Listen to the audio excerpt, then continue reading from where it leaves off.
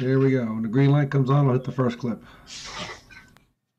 You are watching CoCoTALK, the world's leading weekly video podcast, featuring the Tandy Color Computer. We spread the love to the past, present, and future for all models, including the original color computer, the CoCo 3, and the world-renowned exclusive French-Canadian CoCo 2.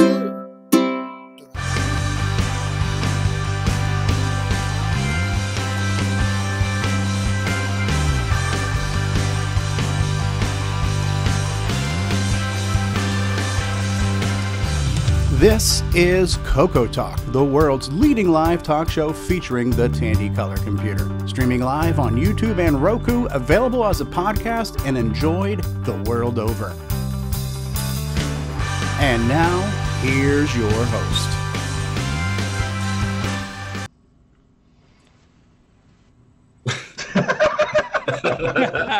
Welcome to CoCoTALK, everybody. I'm your announcer, Rob Inman. How's everyone doing? Hey, Rob. Doing fine. Hello, fantastic. Ron Delvaux, Yes. What's going on? Lots of nothing. Been posting things like usual to my little cubby holes. Show us your Tandy CoCo and what else? My Ron's garage. I have some things in there that are interesting to look at. Other than that, just kind of living life, taking care of my mom. My wife was sick for 3 weeks. Had a terrible cold. Other than that, that's about it. Excellent. Well, wife doing better now? Yeah. Much better. Back to work Friday, which is good. Yep. L. Curtis Boyle, the creator and updater of Ease of Use. Well, one of. Bill Noble's helping a lot with that too. So. The only person working currently on Ease of Use. The only person pretending to work on. There is no one else involved in Ease of Use except L. Curtis Boyle. I'm just going to make it more difficult for everybody. We're going to have the non-Ease of Use version soon. One of It's many. a shame. It's a sham. How is your hot water heater, and how is your CoCoTALK, CoCo Fest planning going? The heater seems to be doing a bit better today. I shut the water off for a while. I did a drain out of the drain valve in the bottom, and it, I'm hoping what has happened is that some of the grit and crap inside it got lodged onto the overflow valve and kind of locked it open is what caused it to do it. So now it has definitely slowed down a lot to the point of dripping, and I did some research on the web, and it sounds like if that's something like that happens, sometimes it takes a couple of days for it to completely stop. So I'm going to see if that happens, which would let me avoid having to replace the whole darn thing. So I'm crossing my fingers on that. That is awesome. And that directly affects the ability to go to the fest. So that's just crossing the fingers on my other hand now for that reason. So how old is that heater? I don't even remember off the top of my head. It's over a decade. For sure. Maybe 2 decades. I can't even remember now. It may be getting time. Yeah, it might be. And the water here is notorious for having a lot of calcium buildup too. So, and I haven't always remembered to drain it every year. Do some of you guys rent them out that way? Pardon me? Do some of you guys rent them that way? Some people rent their water tank, hot water heaters. I don't even know if that's an option up here. Yeah, I'm in Ontario. I don't know if that's an Ontario thing or... I do know we have insurance now that'll cover it, but the insurance deductible is $1,000, and a water heater is usually less than that. So unless the labor is really incredibly high, it wouldn't save me too much. Yeah, I don't know if it makes sense. Now, this is a Canadian water heater, so did it apologize to you? No. I'm sorry. It might have been made in the States. It's just been giving me the finger the whole time. But Yeah, might have been. It's because we got to put French on everything. Yeah.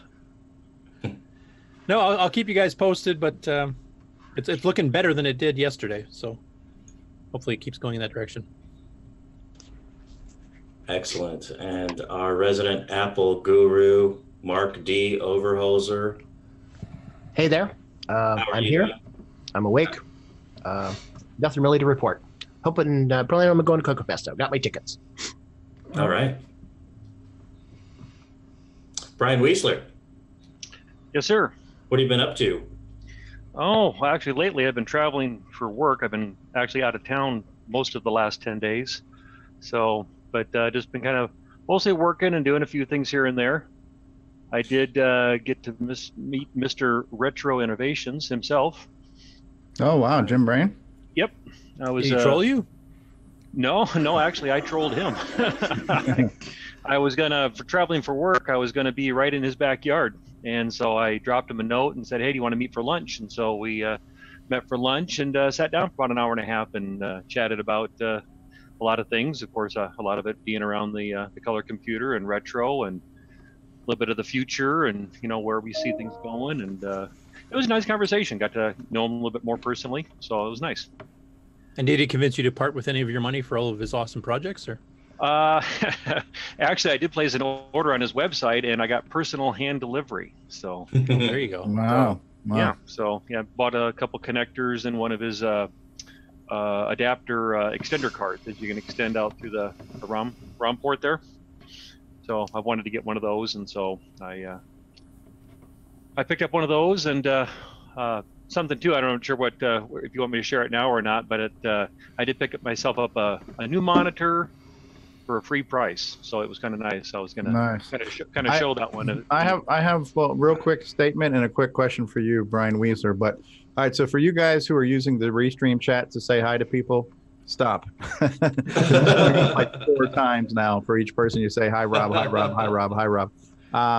So reserve that for like posting a link or something like that. And my question to you, Brian Wieseler, you have met the 8-bit guy, and you've met Jim Brain. So which was a more amazing experience for you? So you put me on the spot here and stuff like that. and don't worry that Jim's in the chat. Just go right ahead and say the honest truth. So.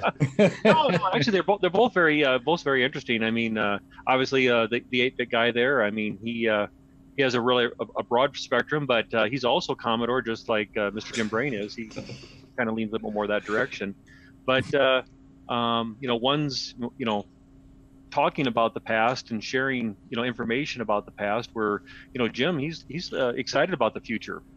He still thinks we've got a good solid 10-15 years of this wave. Well, in that case, Brian, please don't read his comment in the YouTube chat. It says, don't tell Brian it was agonizing to fill an hour and a half talking to him. At least he didn't say something like I had something in between my teeth or something like that the whole time while I was eating or something like that. So, but no, I did get myself a monitor. We've been talking about those Dell monitors, the 2007s.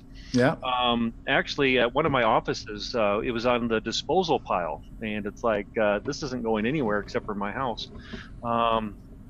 It's over here. It's actually a Dell 2408. Wow. It's a 24-inch version of that same monitor. What's kind of cool about it is it has picture-in-picture capabilities. And so you can see there on my screen, I got Zaxxon going, and actually I got through the VGA port, through the switcheroo, I got one, and then the other is composite side by side. But you could have a couple different input. It has HDMI, it has DVI ports, display port on it, VGA, and all of them, the whole kit and caboodle. So yeah, I was hooking that up. It was kind of fun to kind of been playing with that a little bit, but. When you switch it over to just when you turn the display port off, come on, where are we at here? There it is. You get a nice big picture on it though, on a 24-inch. That's awesome. And the colors come through nice and everything. I really like it. So yeah, that is nice. Yeah. So the price was right on that one. So yeah. But other than that, yeah, I've been kind of traveling. I wasn't able to join last week. I was on through the Facebook. I was kind of listening to it while I was working. I worked all weekend long, so I didn't get a chance to hop on. But nope, been busy. But all's good. I do have a few things that I picked up, but I'll share those next week.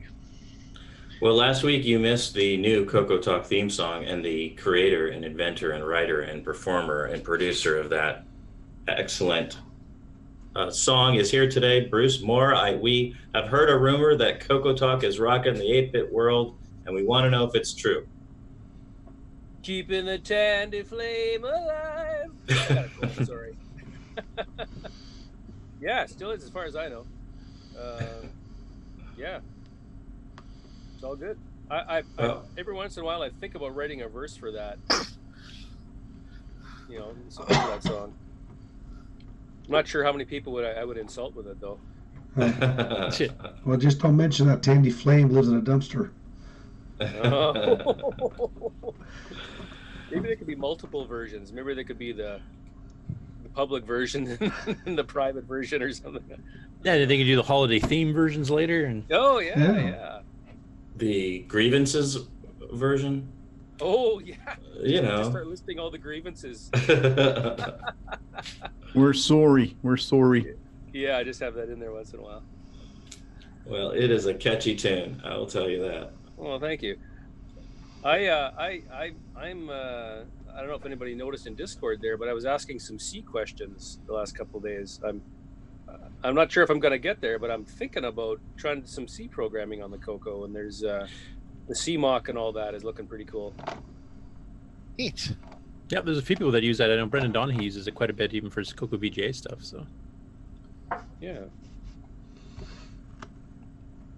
Used to love C.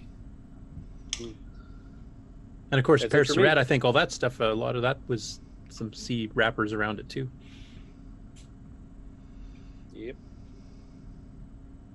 Cool stuff. Well, Down Under and Upside Down and In the Future, Nick Marentes, author of Funstar and Rockstar Pilot on OS9 ROM cartridge, Nick Marentes. You got the wrong guy. That's Nick Marionetti. I just like breaking things. Oh no, hang on, that's David Ladd, isn't it? I think you're having an identity crisis, Nick. Yeah, Thank nothing. you. You're too kind. That's it. Yeah, no, nothing new. Just plugging along. Yeah, nothing to report. All right. Well, Mr. James Diffendaver always has a train to report, either coming or going. James?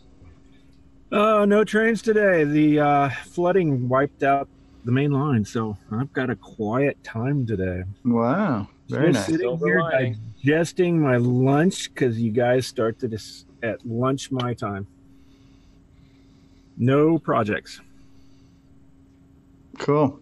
Will you have time to help us unravel the basic ROMs today by any chance? I think they're beyond help.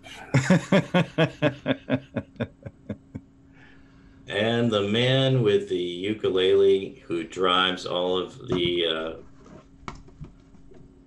musical genius on the show, Nick Marotta. Yeah. Yeah. Hi. Hello. How are you? Not was that what I was originally going to say.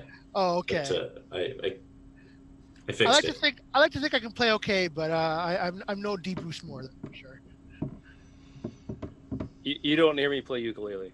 Yeah. Well, I kind of came to that realization last night that at least 3 of the Canadians we have on here all are extremely musically talented. You know, like Bruce Moore, we've got Curtis Boyle and Nick Marotta. So there's something in the water in Canada. It's our hot water heaters. Yeah, it's either that or the vodka. That's one of the two. Yeah. Winters are long and cold. Yeah, that's it. Nothing else to do but play our instruments indoors. That's right. And last but not least, a man who once told his daughter to give that cat some damn water. Well, I'm definitely least, but I'm not last. There's somebody on the bottom of the screen you haven't gotten to yet either. I got through everyone. What about MarcB, who's streaming the show for us today? Okay. but don't forget Mark. So we'll save the best for last. MarcB.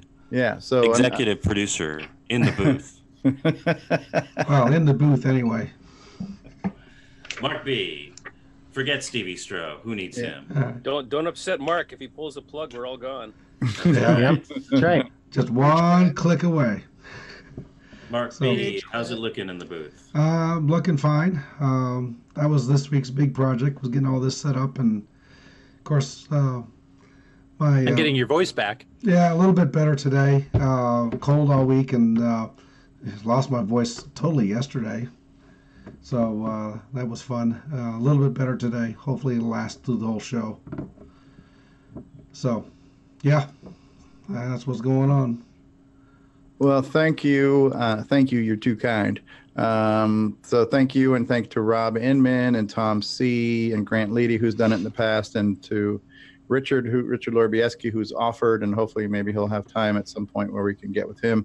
Brian Wieseler has offered, so we'll try to get Brian Wieseler set up next, and then we have Terry Steggy, who has also offered. But what we're trying to achieve here is having more than one person who can stream the show. We've only missed one episode in 2 years and 100 episodes, so that's not a bad track record, but it's just nice to know we've got some redundant infrastructure. And well, we got redundancy, that's for sure. yeah. The hardest piece. You can say that again. Yes. Well, can you say it again, Bruce? Redundancy. Yes. Redundancy.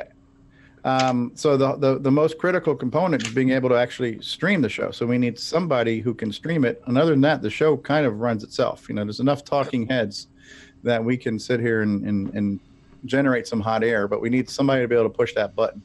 So it takes no talent, is what you're saying. Yes. No talent required.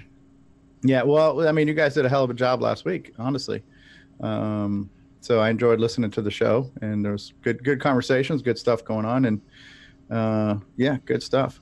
So thank all of you guys for doing that last week, and thank you to MarcB today for doing this, and everybody who's helping carry the torch and keep the Tandy flame alive. Did you want to mention some of the underlying changes too? I mean, like we're going to OBS. Yeah, that kind of thing. You know, just to keep people kind of up to date what's going on behind the scenes. Yeah, I guess we could do that. Yeah, I mean, so in the past, I've used some software called XSplit, letter X hyphen split, which is a paid program. It's a commercial version of OBS, which is open source and free. And I just used, and the irony of it is that when I first started my YouTube stuff, I looked at OBS and I couldn't figure out how to use it. It was just my head exploded trying to figure it out. But XSplit just seemed a little bit easier and more user-friendly to get off the ground, so I started with XSplit, and I've been using XSplit for 4 years now. Now that I've looked at OBS, it's not really much different than XSplit, but for whatever reason, my mind was able to understand XSplit a little easier 4 years ago. So maybe OBS has gotten better too, but way back in the day, OBS is what I used. But OBS costs money. OBS has had some issues, like when they've done some updates, and that update. XSplit costs money and has issues. I mean, yeah, XSplit costs money. What I have been using costs money. XSplit, and a couple of shows ago, you know, it had updated and screwed everything up. So, you know, we actually had a delay getting things off because right before we went live, everything was screwed up, and I had to, you know, futz with it. So I'm hoping now, the good news is it's because people are helping to stream. I don't want everybody to have to buy this software. Like Grant, when he did it, he actually bought a license to do it, which was nice of him to do. Grant was going to be our original backup streamer. His life got busy. So Tom C was our first person we set up on OBS. Tom C did a couple of ones from Jersey, and Tom is helping get other people set up because my work schedule's been so crazy. But yeah, we're moving over to OBS. And the nice thing will be is once we've kind of figured out all these growing pains, we should be able to save all these configurations and export them, and other people can pick them up and hopefully hit the ground running with less learning curves as we kind of figure it all out, you know? Yeah, and one thing I noticed yesterday from the testing on when we were doing the test stream is that the video quality on things like Facebook seems to be much better. I don't know if that's just Mark's connection or if it's OBS or a combination of the two, but it definitely looked clearer and crisper. You can read all the chat really easy, and even small text is showing up on the screen a lot better than before. So it seems to be an improvement in quality, actually. Well, except for the content of the show, but as far as the streaming quality goes. Yeah. We can't do everything in one day. Right. I mean, I'm looking at it now. I would agree with you. I noticed that last night too. The Facebook stream, particularly as I'm watching it live, is like pristinely clear and sharp. Salvador Garcia says, the panel has so much to say and share that if that energy was harnessed, it could power a small city. Yeah. Ken says, you down with OBS? You down with OBS? Yeah, you know me. Yeah. So Mark O, if you guys, for those of you who have the Restream IO chat client open, on the bottom of that you'll see a number of combined viewers. There's a little eyeball icon with a number. So if you're trying to see how many viewers we have between YouTube and Facebook, you'll see that aggregate total there. Oh, I think I see here on Facebook now too. So gotcha. Yeah. So yeah, that's some of the changes in progress right now. Is we're trying to get more people able to have the show.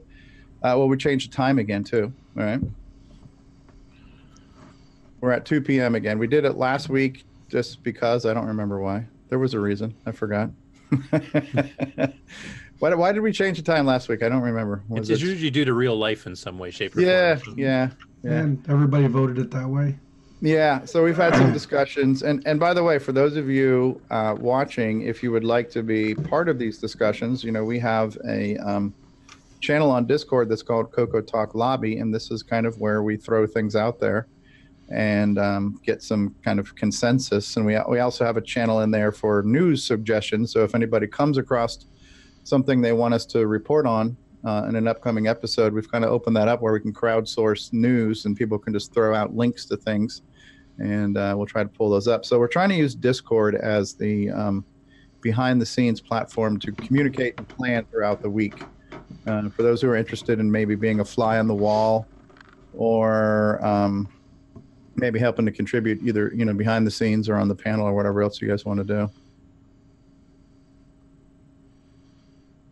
You too can have no update by coming on Zoom. Nothing to report here, sir. Yeah. Yes. Okay. Is that a good little introduction around the room? Did we miss anybody? We got everybody?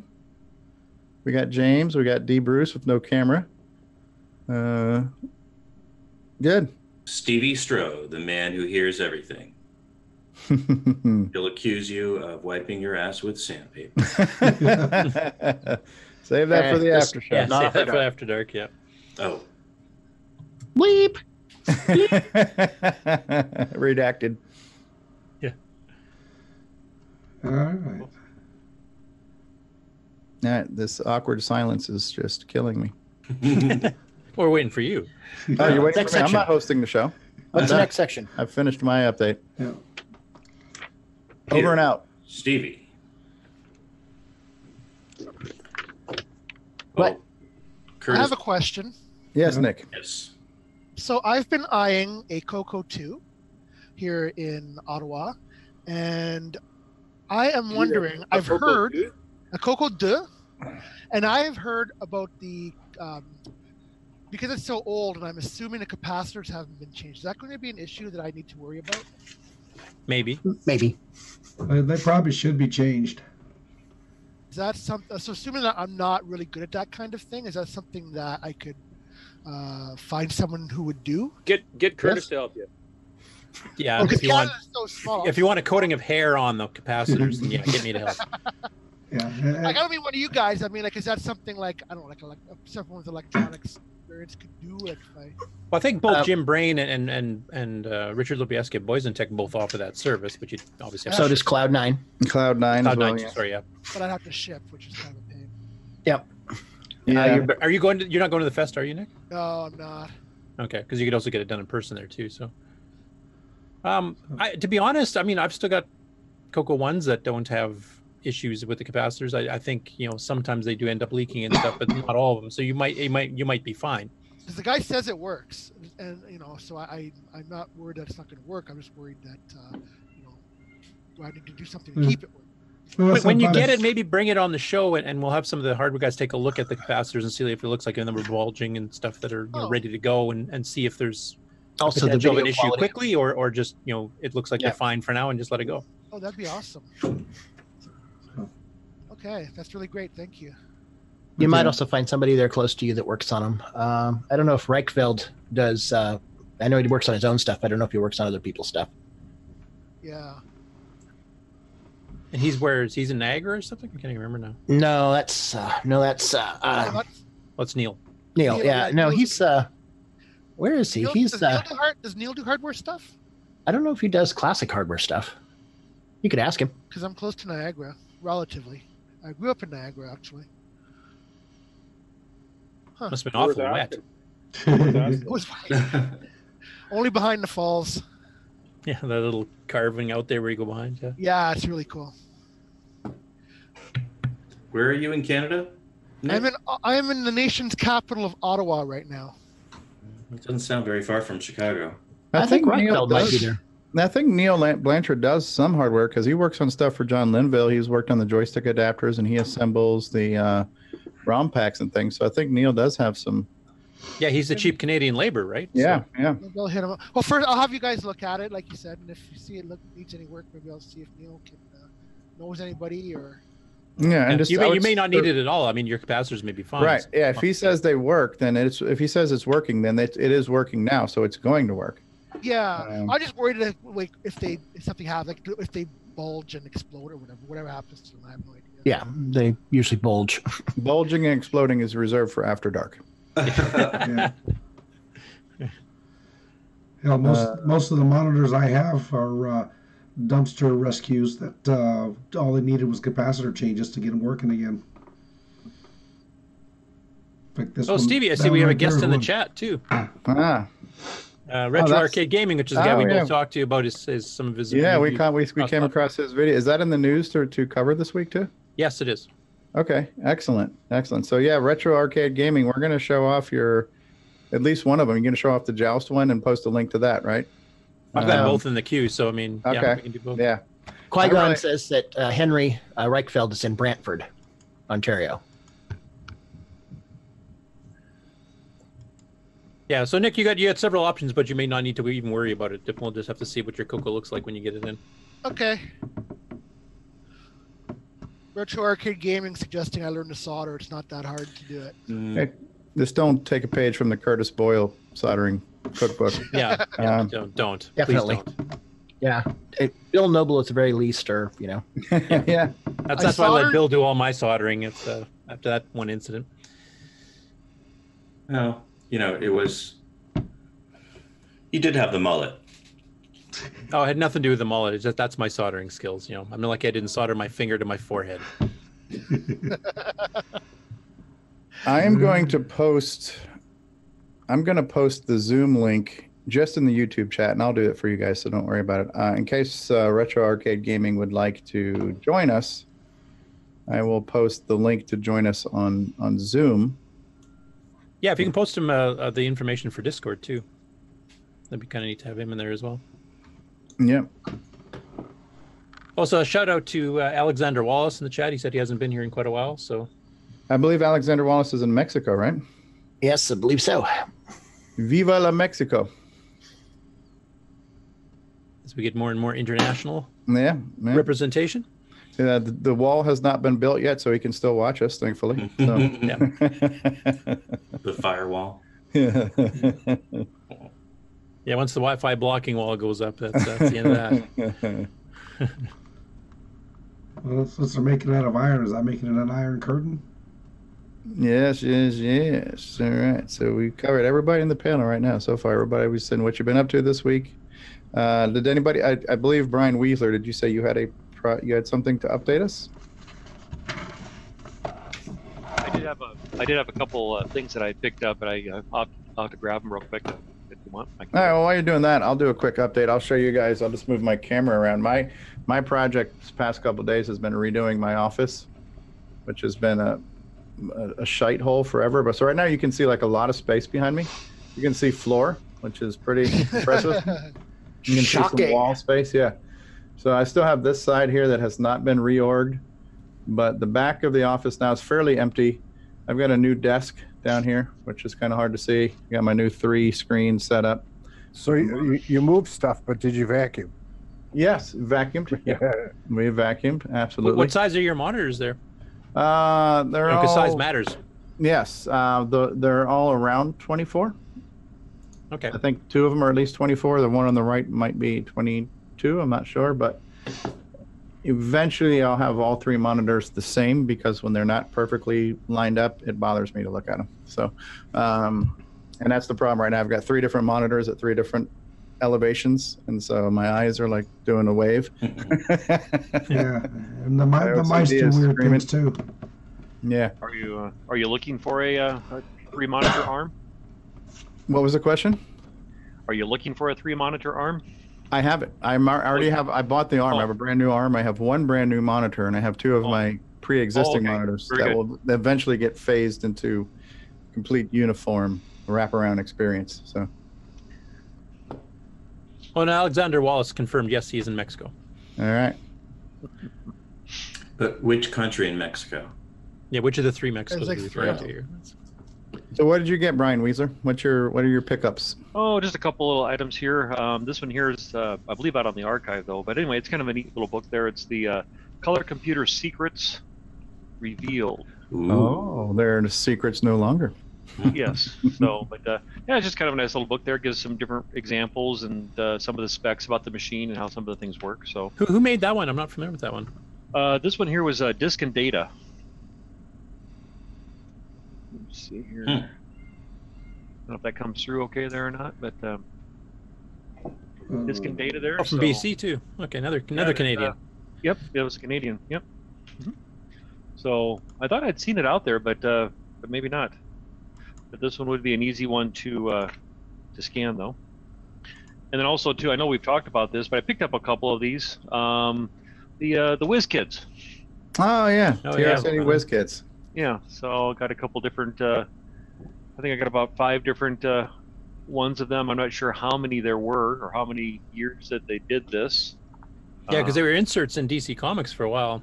I think were they? They brought their own ones. Yeah, I have a few of those. This was kind of a little 3-pack one that I picked up that someone had these 3 together. So, but they're kind of neat to kind of thumb through. Just kind of more of the nostalgic side of it, but I haven't really sat down and read them all. But it's just kind of interesting to kind of see them. Yeah, so. some of them actually had CoCos in them too, which was nice too. So, yeah, so that's just a couple items there that I grabbed there. So, yeah.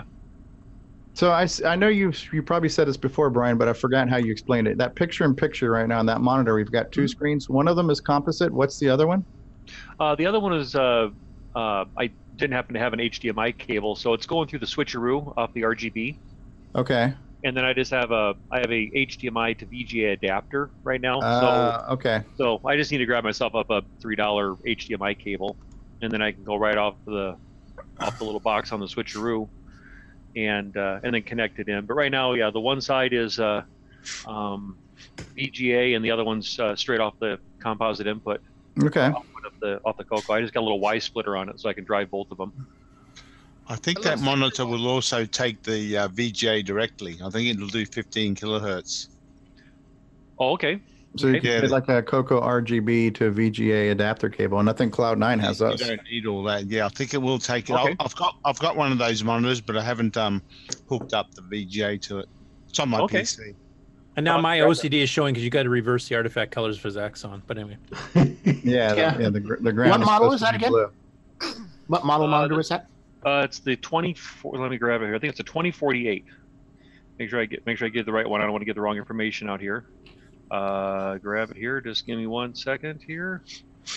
Yeah, it's the Dell 2408. Sorry. All right, 24-inch, right? Yep, it's 2408, and there is a couple other numbers that are after it. It's WFPB, and I think that the PB is the key thing, because there are some models that I was looking at, and they don't have all the inputs, nor do they have the picture-in-picture. So, and also too, there's versions that are 20-inch, and also, there's a 20-inch version of it as well that's out there. That's 2007. Yeah. Yep. You should tell people that's your 3D mod, because it looks like Well, you can kind of see you can see a little different in the colors there too. It's kind of interesting. Yeah. One's a little more red, and the other one's orange. Yeah, the one on the right looks like a little bit faded, like a little water washed. Mm-hmm. Doesn't quite look 3D. I'm trying it right now. It's close, but not You have quite. to shift them a little bit. You have to shift each one a little bit. One to the left. Oh, and you can cycle through, huh? Yep. That's pretty neat. Yeah, and it's got the sound bar that mounts underneath it too. Yep, I got the sound bar. This is the composite on this side, and this is the VG or the VGA. Oh, I got the little sound bar on the bottom of it, so yeah, you can see how it kind of compares. Here's the one that you've been talking about. Okay, yeah. But then this one's more square, so Right. it fits really nice. The 4x3 there, so it's kind of nice. Yeah. I gotta say that little desk right behind you is a pretty nice little presentation there, Brian. You got two CoCos side by side with multi-packs. You got the silver multi-pack setup, the white multi-pack setup. Yeah. Nice shelves above it there. That's a CoCo cornucopia heaven right there, brother. Yeah, and he's got like 3 game controllers. Well, 4 if you count the one under the table. Got the Wico trackball on there. And it's the original silver handle version, not the black plastic one. He's got a Yeah. deluxe and he's got a Wico trackball. So yeah. Yeah, I got that one, and I also got All my other period accurate. other stuff up there too. I got my the different the color mouse, the deluxe color mouse, and also the joystick. Yeah, actually, then- all your colors are wrong because Canyon Climber is supposed to be on a red background because it's like, and then your that's Zaxxon is reversed too. That's just an old TV that I got there that's kind of plugged into that one. But yeah, I am looking at the VGA mods there. I've been trying to decide which way I want to go with that. So, with the CoCo VGA. So, did you guys notice there that he posted there? He must have 3D printed a little box. So if you don't want to drill holes now in the back of your CoCo, you can just run that flat ribbon cable out. Yeah. And put it in a little box. I thought that was kind of cool. Yeah, like Absolutely. the Yeah. pigtail.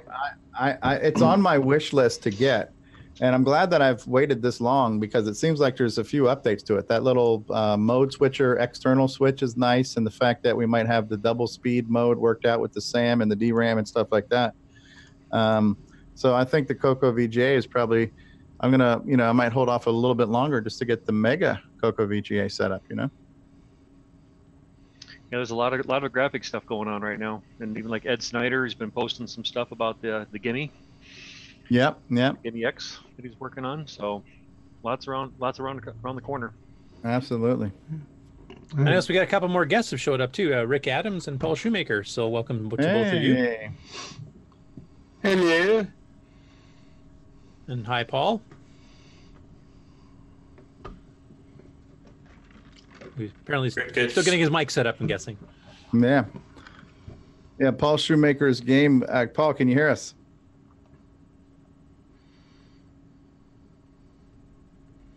Yeah, can you guys hear me? Yeah, we hear you now.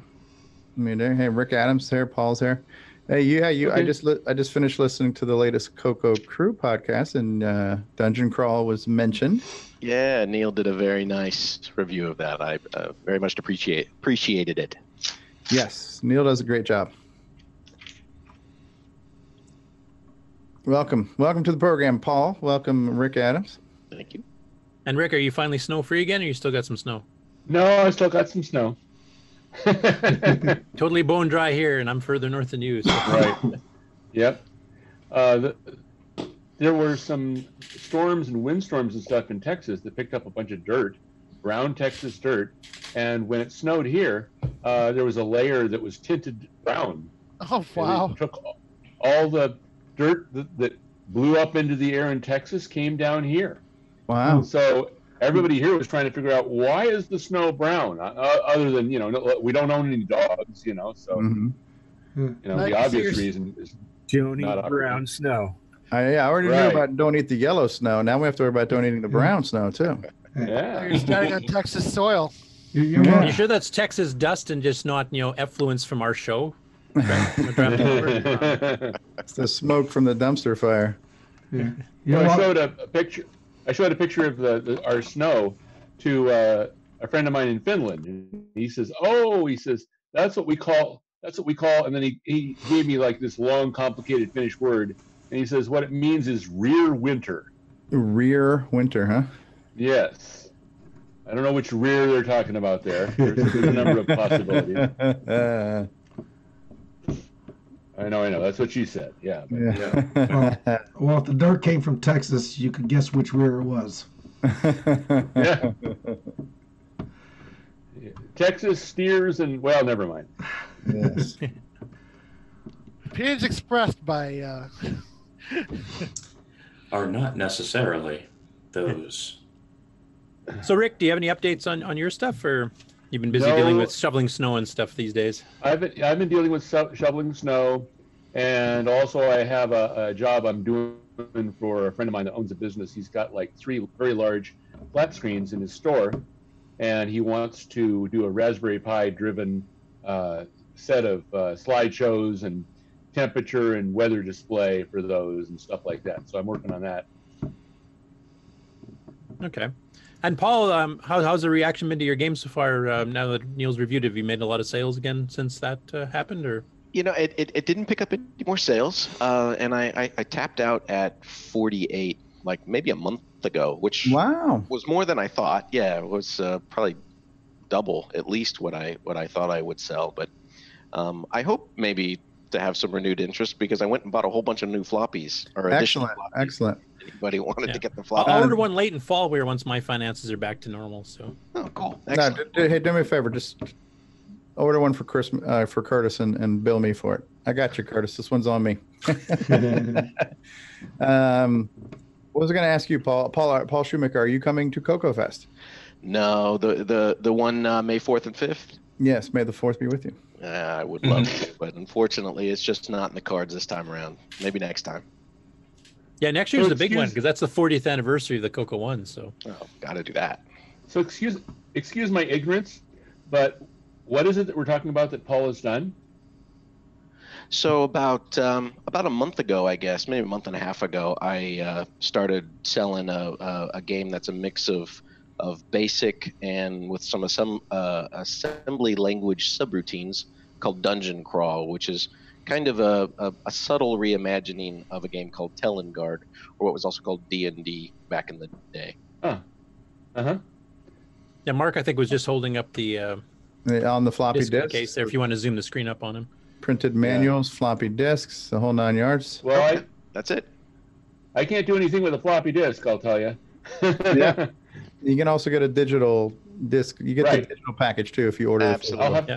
The cattail does not come with it. But those are actual graphic screenshots there, though, on the cover there. So I will have to hunt that down. Oh, thanks. Yeah, it comes on 2 floppies, and so just you're doing an interesting model there, Paul Shoemaker, and I think Tim Paul Thayer did a similar thing too with Timberman. So there was different ways to purchase it. You could buy a physical copy and get the digital download. You could get just the digital version. So, multiple purchase options and distribution options. And, the diehard collectors are going to want to have the tangible, like the printed manuals and the floppy disk. And that's me. I'm going to buy, whenever there's a physical option, I'm going to choose that for me. Not only because I want to collect it, but I want to support people who are making things for our machines. As Mark Overholzer just 2 thumbs up there too. But yeah, I'm always going to want to buy a cartridge. I'm always going to want to buy a floppy or a book in the case of Force of Doom or whatever the case may be. So what was the percentages of physical versus tangible, or physical versus virtual? It was actually about 50-50. Okay. Which I also found surprising. I figured most folks would go for the digital download just because it was easy and quick, and very few people are actually using the floppies. And I think Nick did that with his Popstar. I mean, he did floppy, and he also had his CD, DVD version type thing. Want the swag? Yeah. Want the swag? I figured people. I was pleasantly surprised at how many people wanted the swag, for sure. And I even sold a couple on DVDs when folks asked me for a physical copy, but I had run out of floppies. I had a stack of DVDs, so I burned, I think, a couple of DVDs folks got as well. That's great. Yeah. Have you reposted to Facebook or wherever that, hey, more floppies will be available for those who were interested? I didn't. I thought about that, but I was sort of thinking everybody who wanted one has probably got do one. it again. No, there's new people joining the Facebook group all the time, so there's potentially new customers there. So right. Don't know anything about it. There might be some who bought the digital who would wanted a physical and it wasn't available, so you just never know. Could be. Yep. Yeah. I'll do that. One of the other things that I was posting on Facebook, I don't know if you guys can see it, but the poster of the 3D breakout. The poster of the 3D breakout. Yeah, bring it up closer where we can see it. That looked awesome. Let me see if I can grab it. Hang on one sec. Yeah, that did look awesome. Yeah, I think there was even an offer to make a T-shirt version of it for the fest by Carlos too, if I remember. Look at that. It's framed. That thing is really nice, man. Wow. Oh, that's nice. That is incredible. I didn't realize that was. I just sort of saw it and just glanced in passing on Facebook. Yeah, that I'm looks like, really good, dude. Yeah, it's like a diagram. I've seen that before. I didn't realize it was like framed. That's awesome. Yeah. It came out really, really well. Like I'm sure it's not coming through on the. No, it looks good. Yeah, And your designers' names at the bottom too, get which is it. nice. I did, and so I went into the Boise's book, Boise and the other fellow who I can't remember. Bill LaJudas. Boise Pete and Bill LaJudas. That's right. And just to kind of reread that one right there, just to kind of reread what the who had involvement in it, and I probably left some important people off, and I didn't intend to, but I thought it would be really cool to kind of do a version of this exploded view for the CoCo that was sort of a riff on the vintage patent posters. Yeah. You see from time to time, and so that's what I did. Is Nick Marotta's name on there? No. No, that's on the breakout ukulele poster. That's a different one. You definitely left out an important person then. See, well, there you go. You're so loved. Hey, Paul, I know that there were some people showing some interest in the CoCo 3, and you were trying to locate a good starting PDF type file to work from. Have you had any luck with that at all? No. So what and the scan on the CoCo 3 is very it's washed out in the PDF that's uploaded onto the into the archive. It's also washed out in the CoCo 1, but I have the CoCo 1 guide, and if you look at the exploded view in the actual guide itself, hard to see maybe, but it's also totally washed out. So what I did was checked 3 of the 4 different manuals. There's 2 CoCo 2 service guides. There's the CoCo 1, the CoCo 3. This one that I did was the only one that in even the printed stuff is crisp and clear and not washed out. So what I'd have to do is literally draw over the lines that are kind of washed out, and I have started doing that, but it's going to take. When you say draw over, you're not talking about by hand. You're going to do this on a computer, right? On the computer.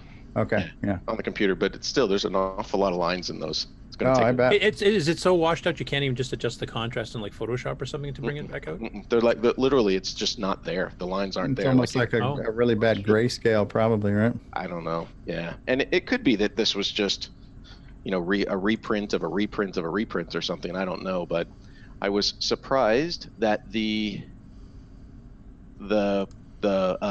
exploded view in this version of the CoCo 2 is also totally washed out. Well, it's actually not too bad. This one would be easier because it's on one page, and some of the exploded views actually span 2 pages, like the one that I did. Okay. But the one that is nice and crisp and clear is the MC10. So I thought maybe I'd do that. There we go. You don't need a lot of paper to print that poster. Make it a postcard. Yeah, you don't even have to kill a tree. Just give it a flesh wound. Yeah, you all have one. Remember that. I don't too. For a machine that you scoff at. No. I got one right there. I actually don't have one. Okay, well, a number of you do. It doesn't run OS 9, so like I couldn't run it. Put it on the toilet roll. On one, probably printed on that little CGP 115 printer. And one about the size of a perforated toilet roll. One perforated panel of a roll of actually toilet a paper. fantastic idea.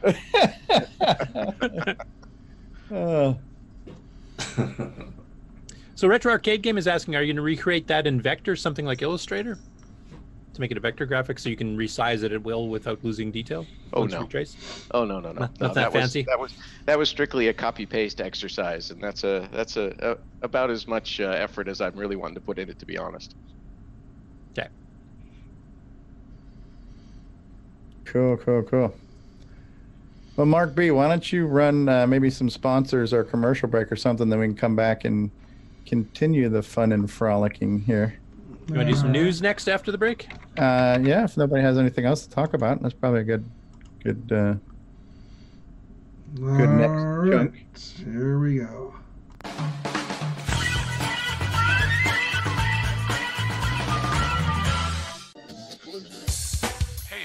CoCo 3 yet? Hi, this is Rick Adams, author of Temple of Ram and Shanghai, and you've tuned into CoCoTALK, the nation's leading live talk show featuring the Tandy Color Computer. What's going on, everybody? Original Gamer Stevie Strow here, and if you're a fan of vintage computing and retro gaming, then you're going to love our retro swag shop at 8bit256.com. There you will find custom designs by Instagram artist Joel M. Adams. You can get I'm a Coconut, CoCoTALK, and other cool video game images on a t-shirt, coffee mug, or mouse pad. So if you love retro, then head on over to the retro swag shop at 8bit256.com today. Tell them the Original Gamer Stevie Strow sent you. The Radio Shack TRS-80 put the world of color computing into your home. Instant loading program packs turn any color TV into an exciting game arcade. And there's more. The color computer is an educational aid, a home management tool, an up-to-the-minute electronic information service. The programmable, expandable TRS-80 color computer from $399 only at Radio Shack, the biggest name in little computers. We now return you to CoCoTALK.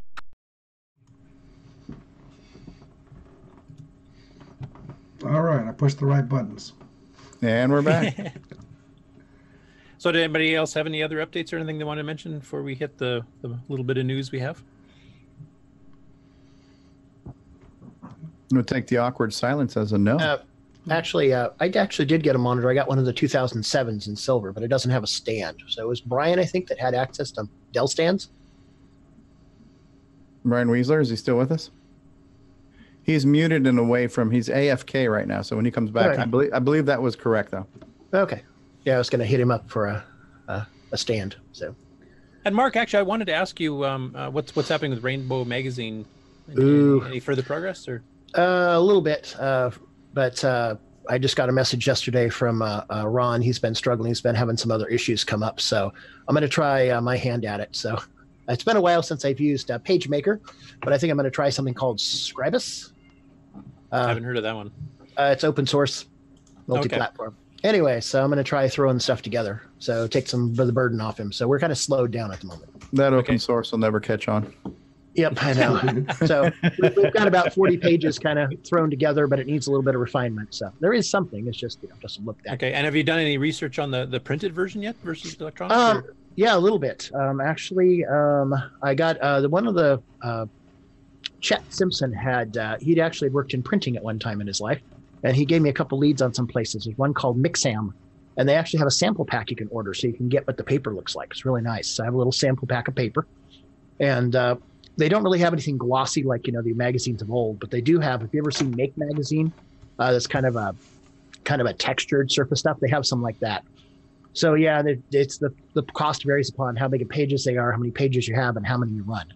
So does it have much of a cost difference between color versus say black and white too? Or? Nope. Yeah, I don't think they have any black and white options. It's all the same. So yeah, most digital presses these days are all color anyway, the high end ones. So yeah, they're running.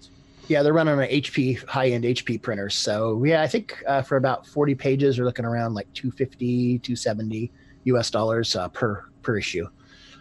So that's for bad. Does that depend on how many copies you order? It gets cheaper the more you order, I presume. Yeah, that's about 400, which I think would be about what we might be able to actually print and sell. So anyway, Brian Wieseler has returned. If he can hear us, Brian, can you hear us? Yes, I can. You want to ask your question again, Marco? Oh, I actually got a Dell 2007 monitor without a stand. So, yes. Yep. So I understand you have access to like surplus stands. Yep. Okay. I'll talk with you. I got you on my list. I just been out of town. Oh, okay. You didn't get the last time that you want one. Now I do have quite a few of these, but I also have the one where it slides. Oh, so it's height adjustable. So I have a silver one. So. Yep. Yeah. Very Those good. things are surprisingly heavy, aren't they, Mark? They are. Yes. Yep. And so I got one that was adjustable. I was going to see if you were interested in that one. Then I was going to put the rest of them out there for people to see if they'd like any of these. So Thank you. I wasn't gonna charge anything other than shipping. See what it might cost for shipping, because these are just going to go hit the dumpster bin. So That's awesome. So cool. Yep. Those Brian, you're not making it to the fest, are you? Yes, I am. You should bring some along there, see if you can sell them there. Oh, maybe, yeah, good. I Will can you certainly be- throw some in the vehicle. Will you be signing autographs, Brian? Yes, I will. I will personally sign each one. A little message on the bottom of it, something like You'll that. sign it, Mark the Overholser, but other than that, you're signing them. So Exactly. Yeah, I'm a short 10-hour drive, so maybe That's not even awesome. that. Maybe about 8.5 hours. And matter of fact, last week with my travels, I was only 2.5 hours away from where that's at. So Neat. Hey, Ron, how's lunch going there? Good. Thumbs up on the sandwich burger thing going on there. There's a guy in the background running a motor or something. You hear it? No. No. No. I hear my stomach grumbling now that I'm watching you eat that sandwich, though. So. You have enough for the whole class. Yeah. Earlier in the chat, Ken Reicher's like, "Dude, you're getting a Dell. Stand." Good stuff. Hey, David O'Connor has joined us from Australia, Nick's neighbor. Good day, David. I think I got things working at last. I had computer problems again. Stupid laptop. Decided it wasn't going to connect. It's good to see you, David. Yeah. Well, I think I'm here. You are. Hey, I enjoyed listening to you guys talk about phase shifting in PAL and NTSC last week. So that was nice little discussions you guys had going on there. Oh yeah. That was my that's my qualifications actually as a TV repair tech. That was my first job. So yeah. I have no qualifications, so you're one up on me. So. Yeah. I teach hair soldering classes. That's what my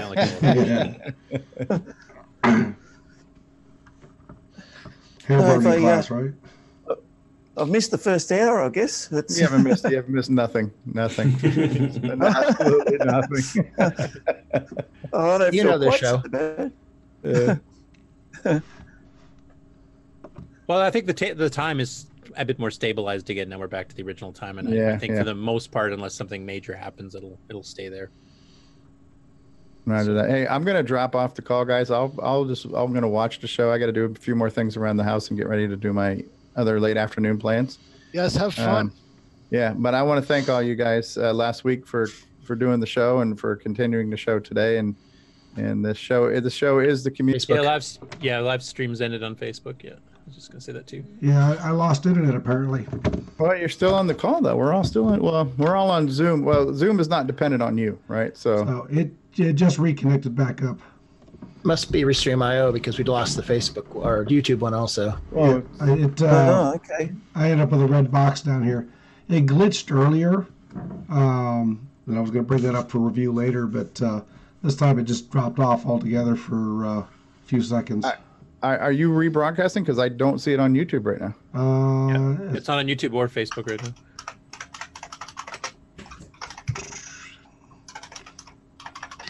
Oh, Tim Franklin is saying Facebook is back. I guess you got to reload it.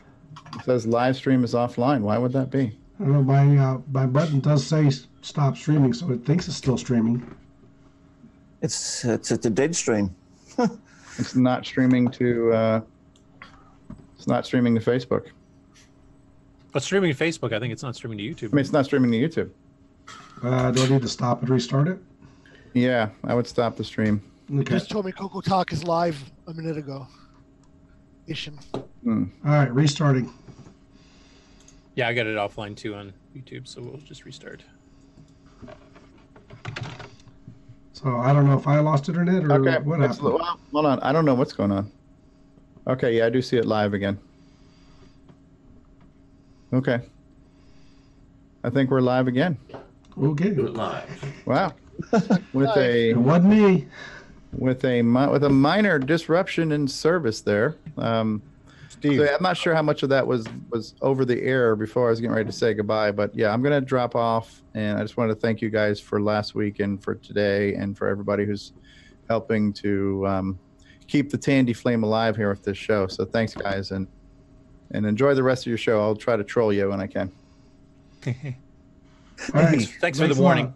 Yeah. Take care. Well, it was a little brief on and off, Stevie. It looks like we've crossed paths and then uncrossed paths. Yeah, we're back. I got the modular working. The power supply is all up and running. There's some flashing lights behind me in the back there, up there and over there, and Yeah, looks like we're streaming back on everything now. You've got some confirmations in the chat. So, Okay. so do we still want to jump to news, or I guess David just kind of gave a little bit of an update on his what he's been up to since we've gone through updates and everybody else. So, Well, let's see let's see all those blinky lights back there. I haven't got it connected to the CoCo yet. I literally got that working about 5 minutes before we were due to go on air, and 5 minutes before my computer decided it wasn't going to connect to the internet. And an hour's worth of frustrating, trying to reset network connections and this and that and the other, and the IP address between my phone and my laptop was wrong, and it's been a pain in the neck, to be honest. But it's working now. I see you got Remy's 3D maze demo going there too on your CoCo 3. Yeah, just something, a little bit of animation in the background there.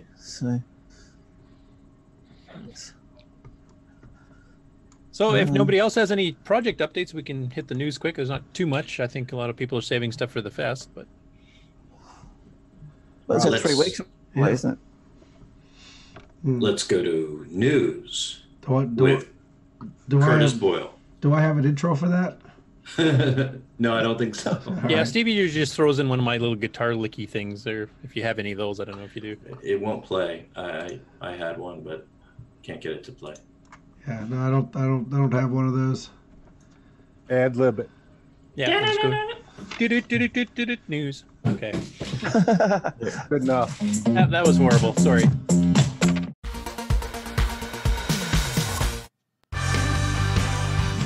Sorry.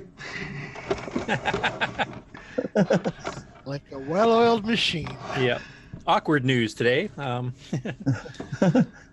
So, like I said, there isn't a ton of news. I mean, there's a fair bit of discussion going on. It's not like the groups were, quiet or anything. But as far as hardcore news, I think a lot of people are kind of holding their, cards to the chest here for the fest.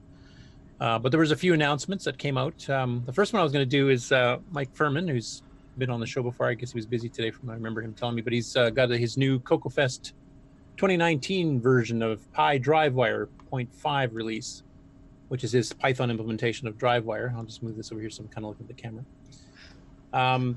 He's got a list of a bunch of the things that have been added on. It's a much more fuller implementation of DriveWire 4 now. So it also supports the MC protocol for the MC10, like we were discussing earlier. So it actually supports both platforms. But one big thing he's actually added a full manual, which you can actually see online. So it's got a complete list of everything that's supported from the standard DriveWire protocol and all these extra things. And he started to add some new things too that aren't even in the original DriveWire 4. So it's kind of taking on a life of its own. So he's had postings in Discord and postings on Facebook about it, and he's got links to his, I believe it's on GitHub. You can download the actual Pi DriveWire itself, and then you can also get the manual, which you can also view online. So for those people that have been experimenting with DriveWire or experimenting with Pi DriveWire, there's a lot of stuff to check out. You want to show anything that's on Facebook? Basically it's directories and stuff, so I'm not sure there's too much per se to show. Yeah, in that particular case, it's not like a running demo or a video or anything like that. No. It's just some of the other stuff I will. So I'll do a screen share once I get to some of that. Okay. The second one I was going to mention is Joel Reese, who's I believe an expat from the States who lives in Europe now. He's, as he pointed out on Facebook and on the CoCo listserv, he says, I finally got my near Fig Fourth for the color computer revived and runnable with the help of fAor and the community here. He originally put it together for college about 30 years ago and has been mothballed since the early 1990s. So it's his version of a fourth compiler for the CoCo and the 6809.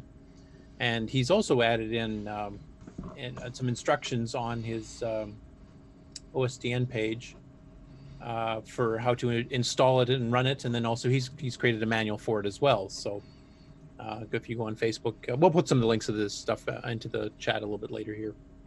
I'll cross post it into the Zoom chat, and then you guys can post it into the main cross chat thing so everybody can get a copy of it. So there's a couple of new languages to work with, basically the new Pi DriveWire and the new fourth. And just waiting for this to come up. Okay, now I'll start sharing my screen. All right, so I'll need to... Curtis, if you want to back up and show the UI for Pi DriveWire, it's pretty cool. The web. I actually don't have it installed, so I can't. If you have it, if you want to take a shot at showing it, that'd be great. No, I don't have it installed. It's just a link from. I could try it. Yeah, if you want to just screenshot, and then we can switch back to me after you're done. All right, I think I've released the share, so you can share. All right. I don't know if you see Oh, this. there we are. You can see. Okay. I don't know what I'm doing, but it's better than the command line. Ease of use. I don't know if you want to walk me through what I'm doing here. Honestly, I haven't run Pi DriveWire at all yet, so I've just been going on hearsay on this. I don't have DriveWire installed in mine, actually, because my CoCo's so far apart and I haven't got the wireless stuff installed yet. But That looks nice. yeah. And here's all the new features. Rob, can you get a bit closer to your mic, too? You're a little quiet. Sure. Sorry about that. Yeah, so there's new web user interface, and I guess these other features. But I was looking into doing something like a web user interface, and Mikey's already beaten to it. So hopefully it'll be a little bit more friendly to use. Yeah, it looks to be. And the fact that he keeps adding to it every year, and now it's almost on par with DriveWire 4, and now he's starting to add new features, it's looking very interesting. This might end up replacing the original DriveWire, because I don't think any development's going on the original much anymore, and there's a few little glitches that I've heard from some people. So this might be the feature forward, plus because it's Python, I'm imagining it's also cross-platform, right? I would hope so. And then it's MC10 support's nice too. So you just have one server that actually handles both systems if you have them hooked up. Assuming you have the MCX 128 interface for the hardware add-on for the MC10.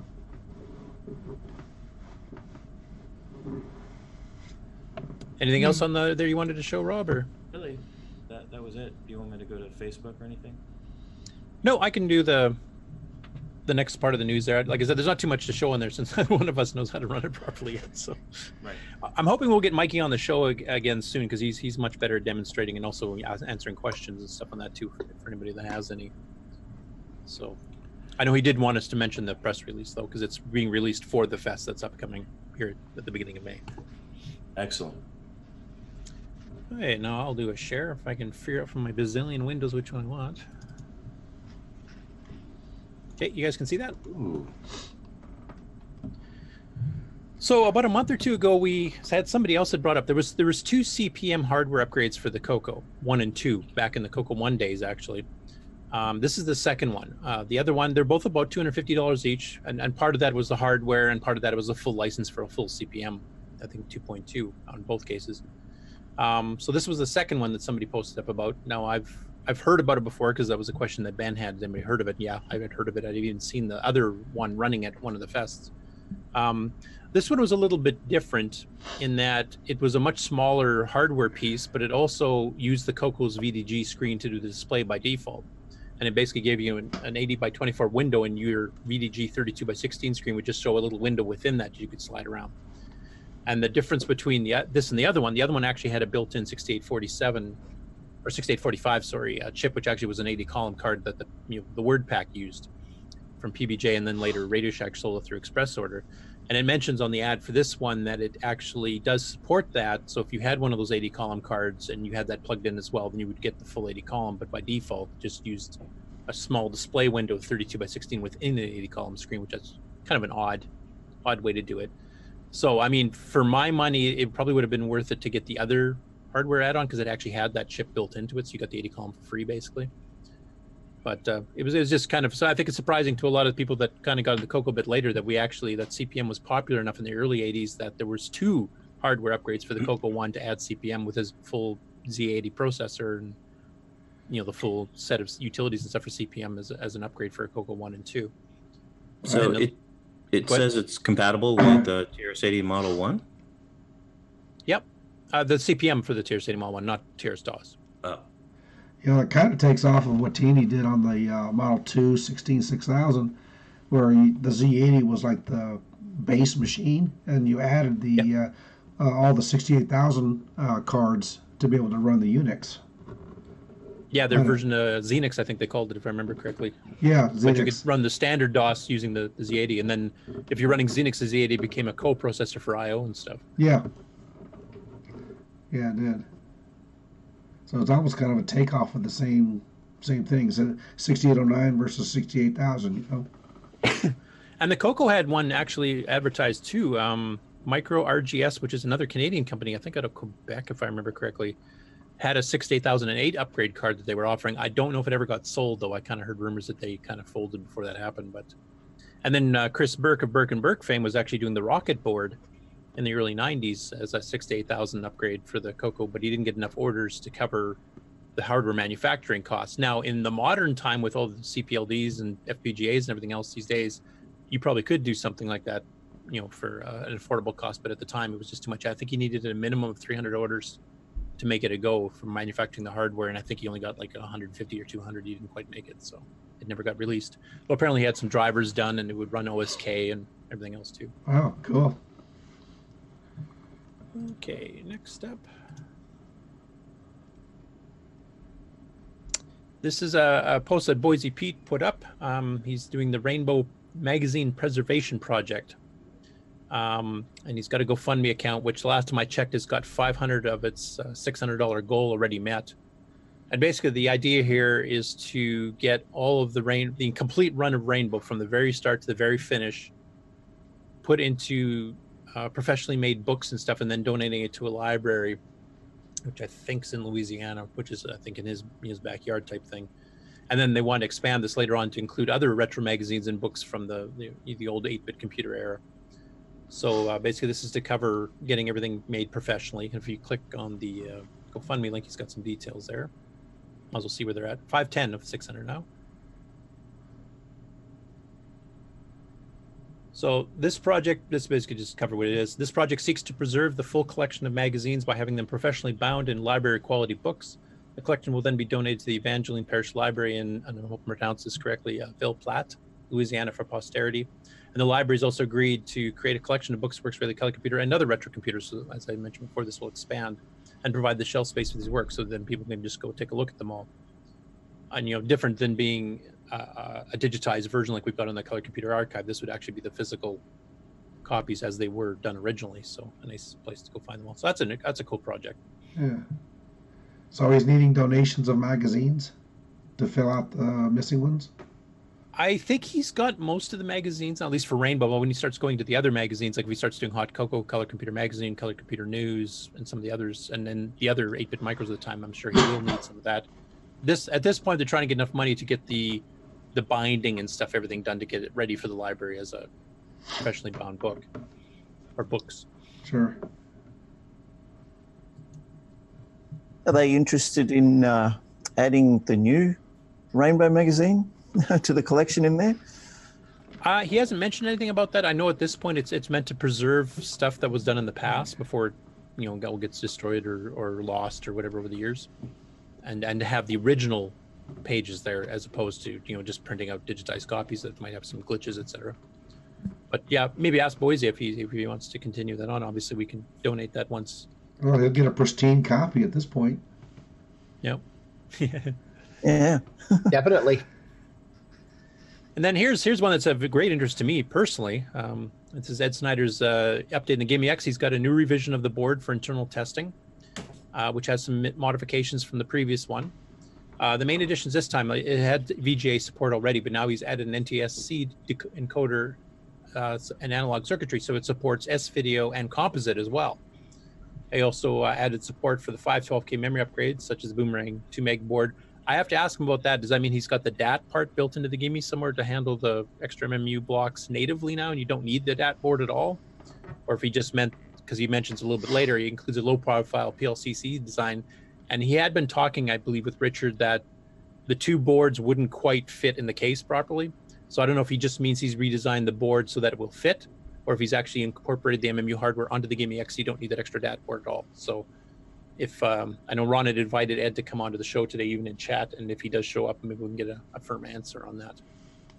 But it's definitely going forward. He also, like one other problem he had is that the socket where the Gimme is, he's got this little adapter that goes into it, so it plugs into the existing Gimme socket, and the one he had before was a little tall, so it was getting near the top of the case. You had pretty well run it with the case off to get it comfortably in there, so that you had to take the top cover off the CoCo. I think by the sounds of it here, he's got it short enough now that it should fit with the case intact, where you can put the cover back on. So it should be much more presentable visually. That's a pretty exciting update. This, I think everybody's pretty excited about this Gimme X. It's yeah, I mean, just even having the composite, the S video, and the VGA out, which lets you use a lot more modern stuff there. But the fact that the thing is being programmed by Gary Becker, and he's already done this already on his CoCo FPGA project, which has extra graphics modes and extra text modes. There's like an 80x60 mode. He's added some extra color palettes and stuff like that beyond the CoCos. And that stuff can all be incorporated in here too. It could be like the biggest major hardware upgrade on a CoCo 3 since its inception, really. Especially if the MMU is built in, because that basically covers the 2 meg upgrades. This will cover palettes of 256, 512 colors, higher res text modes, higher res graphics modes. I mean, this could add a whole bunch of stuff. And from what I understand, there's room for other stuff like adding limited blitting stuff for doing screen scrolls and memory moves and maybe even sprites and stuff in the future too. So this has a lot of potential in the future. And they are making it flash upgradable in the field, which means if you buy one when it's first released and not all that stuff's ready, you can actually just flash upgrade just like you do a CoCo SDC in the field. You don't have to send it back in per se. Awesome. So there's a lot of exciting stuff here. I'm just, I really want to see this. Yeah, the 2 meg update, that was pretty exciting too, hearing about that. That was Yeah, I mean, we've had 2 meg upgrades for literally 20 some odd years, because Disto did one way back in the day, but it ran hot, and you had a lot of soldering to do on the motherboard to do it, and Richard didn't, and Jim had made the upgrades a lot easier. Yeah, I mean specifically that the Gimme X is now supporting the 2 meg, the boomerang. That was, I know he'd mentioned before, like, they could work in conjunction with each other on the previous version of the Gimme X board, so that wasn't an issue. You could run 2 meg with it. It just that it physically didn't fit inside the computer properly. The two boards would hit each other. Okay. Right. What I got to find out from Ed is he just solved that problem where the two can coexist in the case properly, or has he actually added some of the DAT hardware onto it so that now the 2 meg upgrade is just the memory board, so it's cheaper for people that have the Gimme X. So I got to find out about that, and I don't see. I think it does support the DAT feature, because Richard was mentioning that last night when we were chatting on Discord. Oh, did he? Okay, so he's been in contact with him? He's been collaborating with him, yeah. So. Oh, cool. Well, if that's true, that definitely will help, because that means the boomerang actually gets cheaper for people that have the Gimme X. Yeah. And it looks like he's got a couple of connectors here where you'd plug the boomerang into, like either the three up on top. That would make sense. So the boomerang gets plugged directly into the Gimme X board instead of into the CoCo 3 board, that board, yeah. Yeah, that'd be a guess, yeah. Okay. That would be cool. Except that says S video up there, the 3 on the top. Yeah, and then he's got the VGA out on the right. So the DAT function, does that just enable you to address the 2 meg memory, does it? Yeah, it adds 2 extra bits to the MMU, because the MMU registers in the original Gimme are only 6 bits. And with 8 meg times 6 bits, that's 512K. Yeah. And then the disto board and all the other memory upgrades that go beyond 512K add in the extra bits, so you can fill all 8 bits, which gives you 2 meg. But the disto one, and I can't remember if Richard's board does this or not, but they were write only. So you could write to it, but if you tried to read it back, you would get only the lower 6 bits, so you'd actually get the wrong ones if you had something mapped. And that's the reason that some of the the Sierra games broke on the 1 and 2 meg upgrade boards, because they cheated and actually read the Gimme back directly to see what do I have mapped in right now.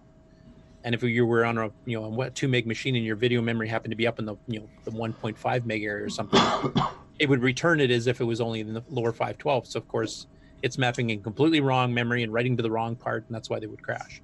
They've been since patched, but so I don't know. I don't know the extent of this, and I wish I was in here to kind of clarify things there. But he would make it so it's read and write, so that would even solve the compatibility problem with the original versions. And you could rewrite the OS a little bit to be a little bit faster, because it didn't have to keep its own separate copy of what's really mapped in where type thing. So hopefully before the end of the show, it'll pop in and we can get some clarification on that.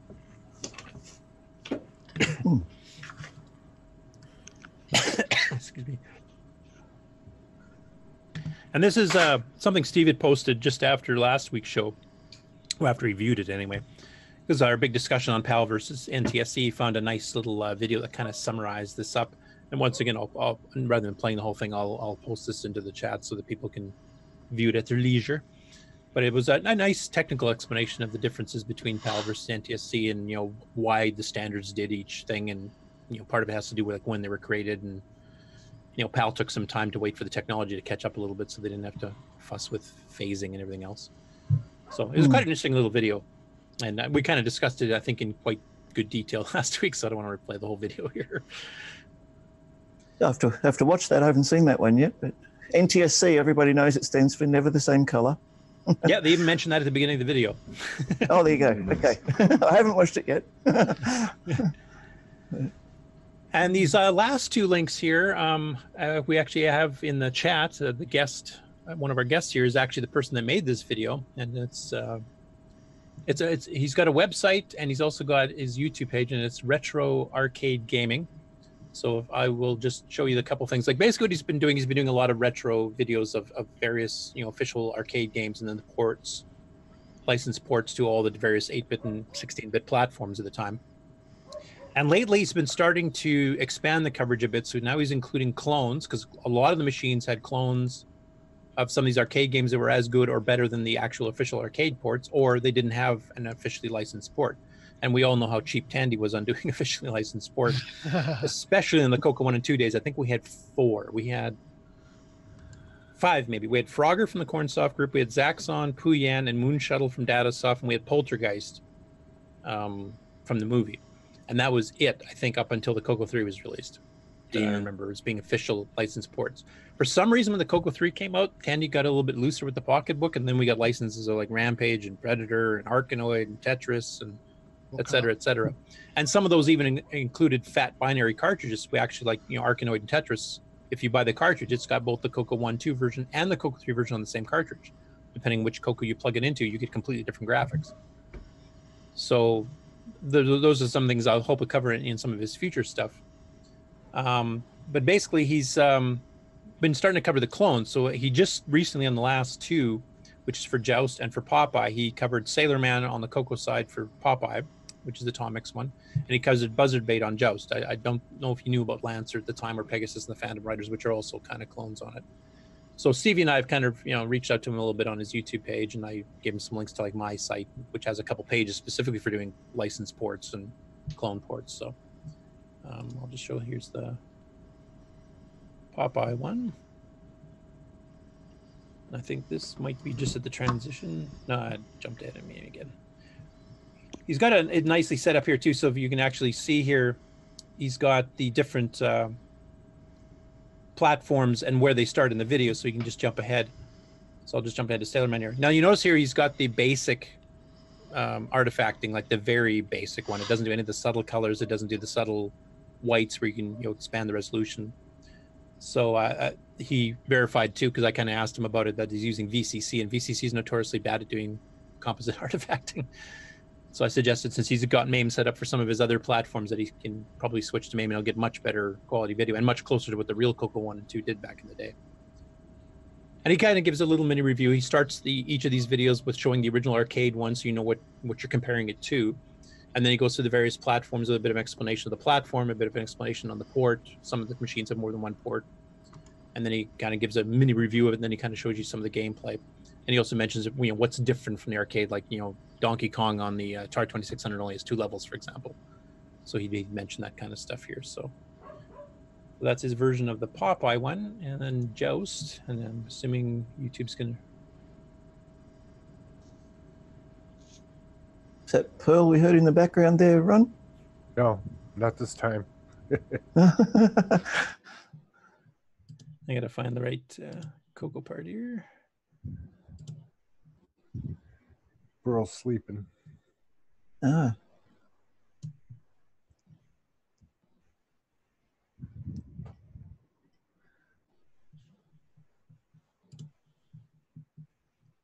He also has these nice little, overlays, and he has this, selection thing on the side here. So you select the computer platform you're doing, and you select the name of the game and stuff too. So he's got a pretty nice presentation to it.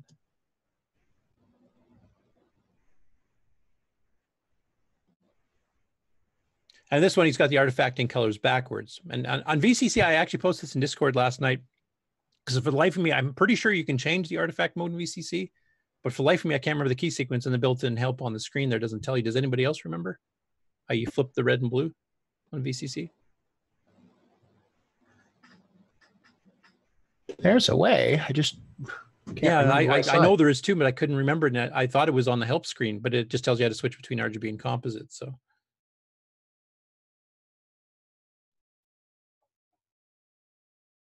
anyway, they're very interesting videos, and it's part of an ongoing series. And like I said, he's just expanded it recently to include the CoCo, and expanded recently to include clone ports versus actual licensed ports. So I'll be definitely following his page and seeing what other stuff he comes up with.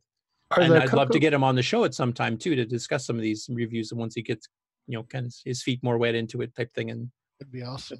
Talk about the technical limitations of the CoCo versus some of the other machines he's comparing it with. And on VCC, are the F1 and F2 on the regular keyboard mapped to the F1 and F2 for the CoCo 3? You probably can hold down the F key and reboot it, probably. Oh, do the hard reset with or the soft reset with holding on the F1? Yeah, it might work. I don't have VCC running at the moment to try it, but yeah, that's possible. That would make the most sense, though. Use a Color Computer 3 emulator. Yeah.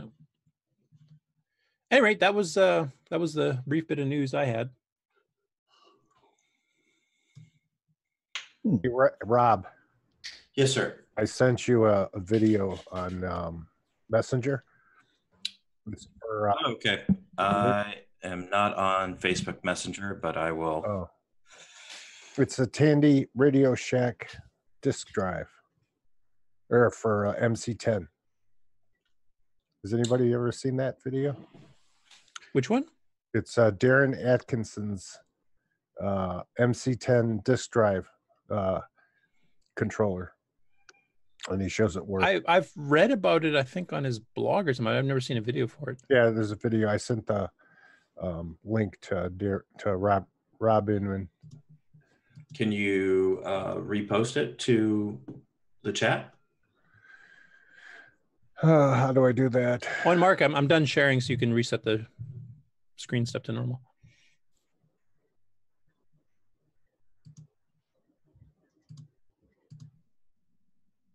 I like your background there, Rob. That's give me X there. That's yeah. Well, we were on the subject, so yeah, it looks pretty cool. That's disappearing arms there. Your arms disappearing into the gimme. You're being assimilated. The VGA is right there.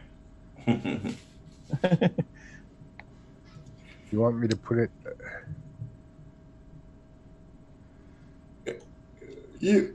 Either the YouTube chat or the Zoom chat. Oh, I just was reading the chat here too. Retro Arcade Gaming mentioned that. All right. You got CoCo working with MAME last night, and the colors are much better, as we all know from running it ourselves. And he's mentioned Dig Dug is up next, and he's going to include Pump Man by Dave Dyes. So there'll be another video coming soon. So thank you very much, Retro Arcade Gaming. I wish I actually knew your real name so I could mention you by name on the show too. So feel free to put that in chat if you want. You see the? I do. Okay. I do. Someone, I think I have to grab the ball from somebody to be able to share it. Okay, hang on. Jason's joined us. He has a bit of a Blues Brother look to him today. Okay, Rob, yeah. He's on a mission from God. Anyway. Yes. Can you see this? Yeah, that's it. Yeah. Yeah.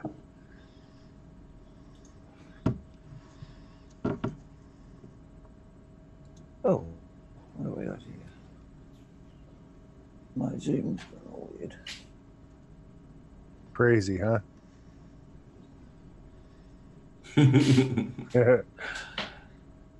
So does that plug into the expansion port on the back? I think so. And is it mutually exclusive to having RAM upgrades, or does it have a kind of a piggyback thing like the Sinclair had? I don't know much more about it than what we're looking at. Oh, okay. Wonder why he didn't make it an SD reader like the CoCo SDC.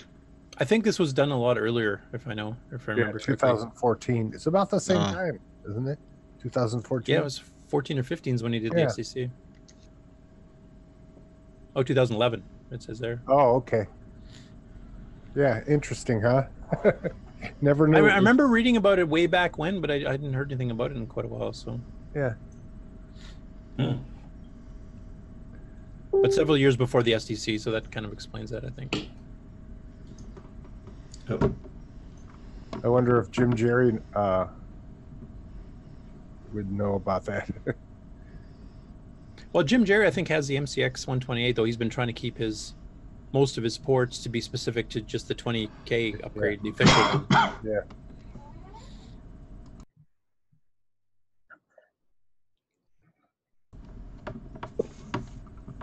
In the Zoom chat, I had posted something on eBay that I've seen a couple of times before, and I find it kind of interesting.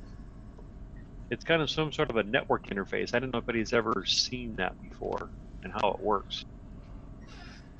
Which one? It's the one just before Ron's post there in the Zoom chat. I believe it's for like the Model 1s for classroom use. They could send one program could be sent to multiple computers simultaneously. Okay. Oh, the network too. Actually, that worked on the CoCo too. That basically was like a cassette duplication. Oh, okay. It took the signal. You could load 15 machines at once. That worked on the Model 1, 3, and the CoCo. It was meant for classrooms to share. Like you'd have one cassette loading some educational software, and you'd set it to go, and then all the 15 other CoCos that were linked up to it would all load it simultaneously off the same load. Oh, and that's why it has the baud rate selection switch too, because the 500 baud is for the Model 1 and 3, and the 1500 baud was for the CoCo. Ah, nice. It's not really networking. It's like a cassette duplication array thing. Distribution system. Yeah, Like a broadcaster. Yeah. I've just seen it a couple times. I thought it was kind of interesting. Yeah, I didn't see it too often used, I think, because by the time they came out with that and they had some decent educational software on cassette for the CoCo, disk drives were already starting to become popular. So I got one of those. It was a niche product. Yeah. I saw it more often used with the Model 1 and 3s than I did with the CoCo, but it did support both. Yeah, which means somewhere there's going to be some 20-foot cassette cables. Yeah.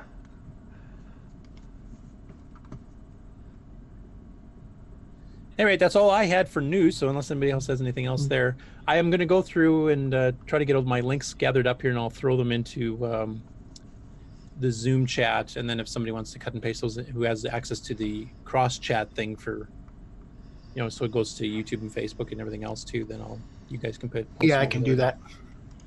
Did any of you guys run across a video about a guy that worked for Radio Shack, and somebody saw him give a talk about Tandy and Radio Shack and how they were separate, and the guy did like I guess it's a bootleg video with his camera, and he wound up getting most of it, but his camera would stop, and he apologized at the end, saying he couldn't get the rest of the show. But did you ever see that?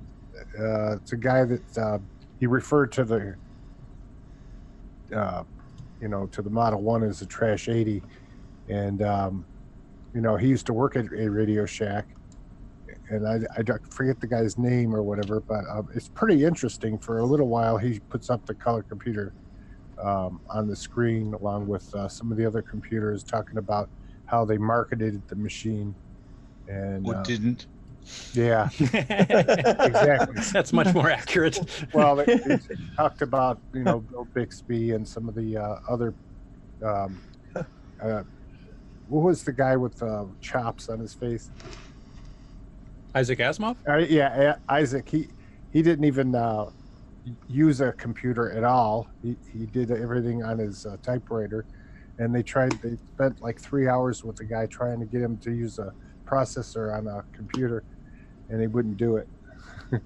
But I guess later, didn't he make he did something on the Model 100 and sent his book in through through electronic to the publisher. That's what I heard. I don't know if it's true or not, but yeah, I think they started insisting on that kind of stuff because it was a lot easier for them to do corrections. Yeah.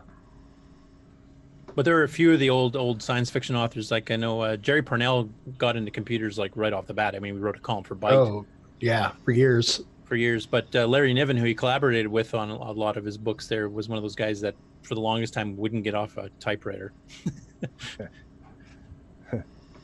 So keep an eye out for this video. It's a guy that worked at Tandy. He even mentioned the buildings. He showed there was a Tandy building and then a Radio Shack building, and in between was the roller skating rink, and they talked about the trolley cars. So it was kind of interesting. I couldn't find the link. I don't even know how I found it. It's just like in CoCo Forever. Yeah.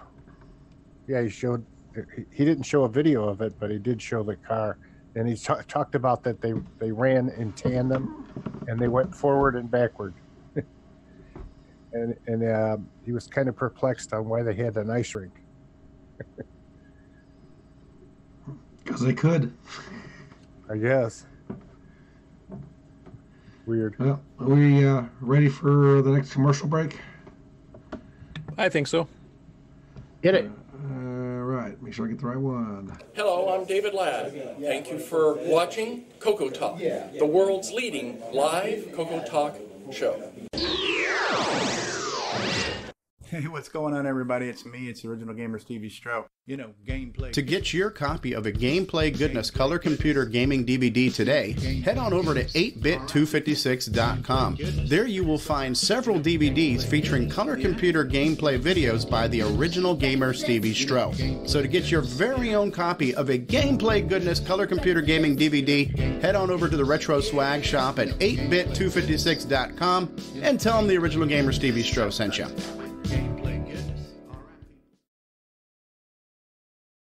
It's a Radio Shack Merry Christmas. This year, I needed to give a real family pleaser. Honey, please help me with this budget. How about a new game, Dad? Please. And I found it. Radio Shack's Color Computer 2. On sale for just $99.95. It entertains, educates, manages. It's expandable and affordable. Now that really pleases me. The Color Computer 2. Sale priced for Christmas. Only at Radio Shack. We now return you to CoCoTALK. All right.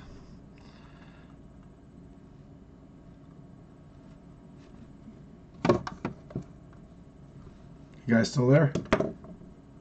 Yep. Yeah, I think so. I'm busy working on links here, so I was hoping you guys would talk. Curtis, there is some chatter between Bill Pierce and Lee Perkins on getting DriveWire running in OS 9. I don't know if you saw that. I think I did briefly, and I was kind of passing it off to Bill because, like I said, I haven't done too much work with DriveWire because I don't have it installed here. I mean, I understand the concept, obviously. And I know Bill had been answering some of the questions because you need certain drivers and descriptors loaded in, and there's a chunk that does the serial stuff and a chunk that does the drive stuff. And I know we kind of got him learning how to use QuickGen so you can quickly edit your OS 9 boot files and add in modules or delete modules and move them around. So. Well, I think the line that I noticed was, the more I learn about Nitrous OS 9 ease of use, the more I discover I can do. Well, of course. That's because the marketing's good. No, it's just once you get used to it, it's an awesome operating system, man. Sorry, Nick. Marantes, of course. I love the curmudgeon. But yeah, I mean, it was one of the reasons that what has been more popular in the CoCo world has seesawed over the years.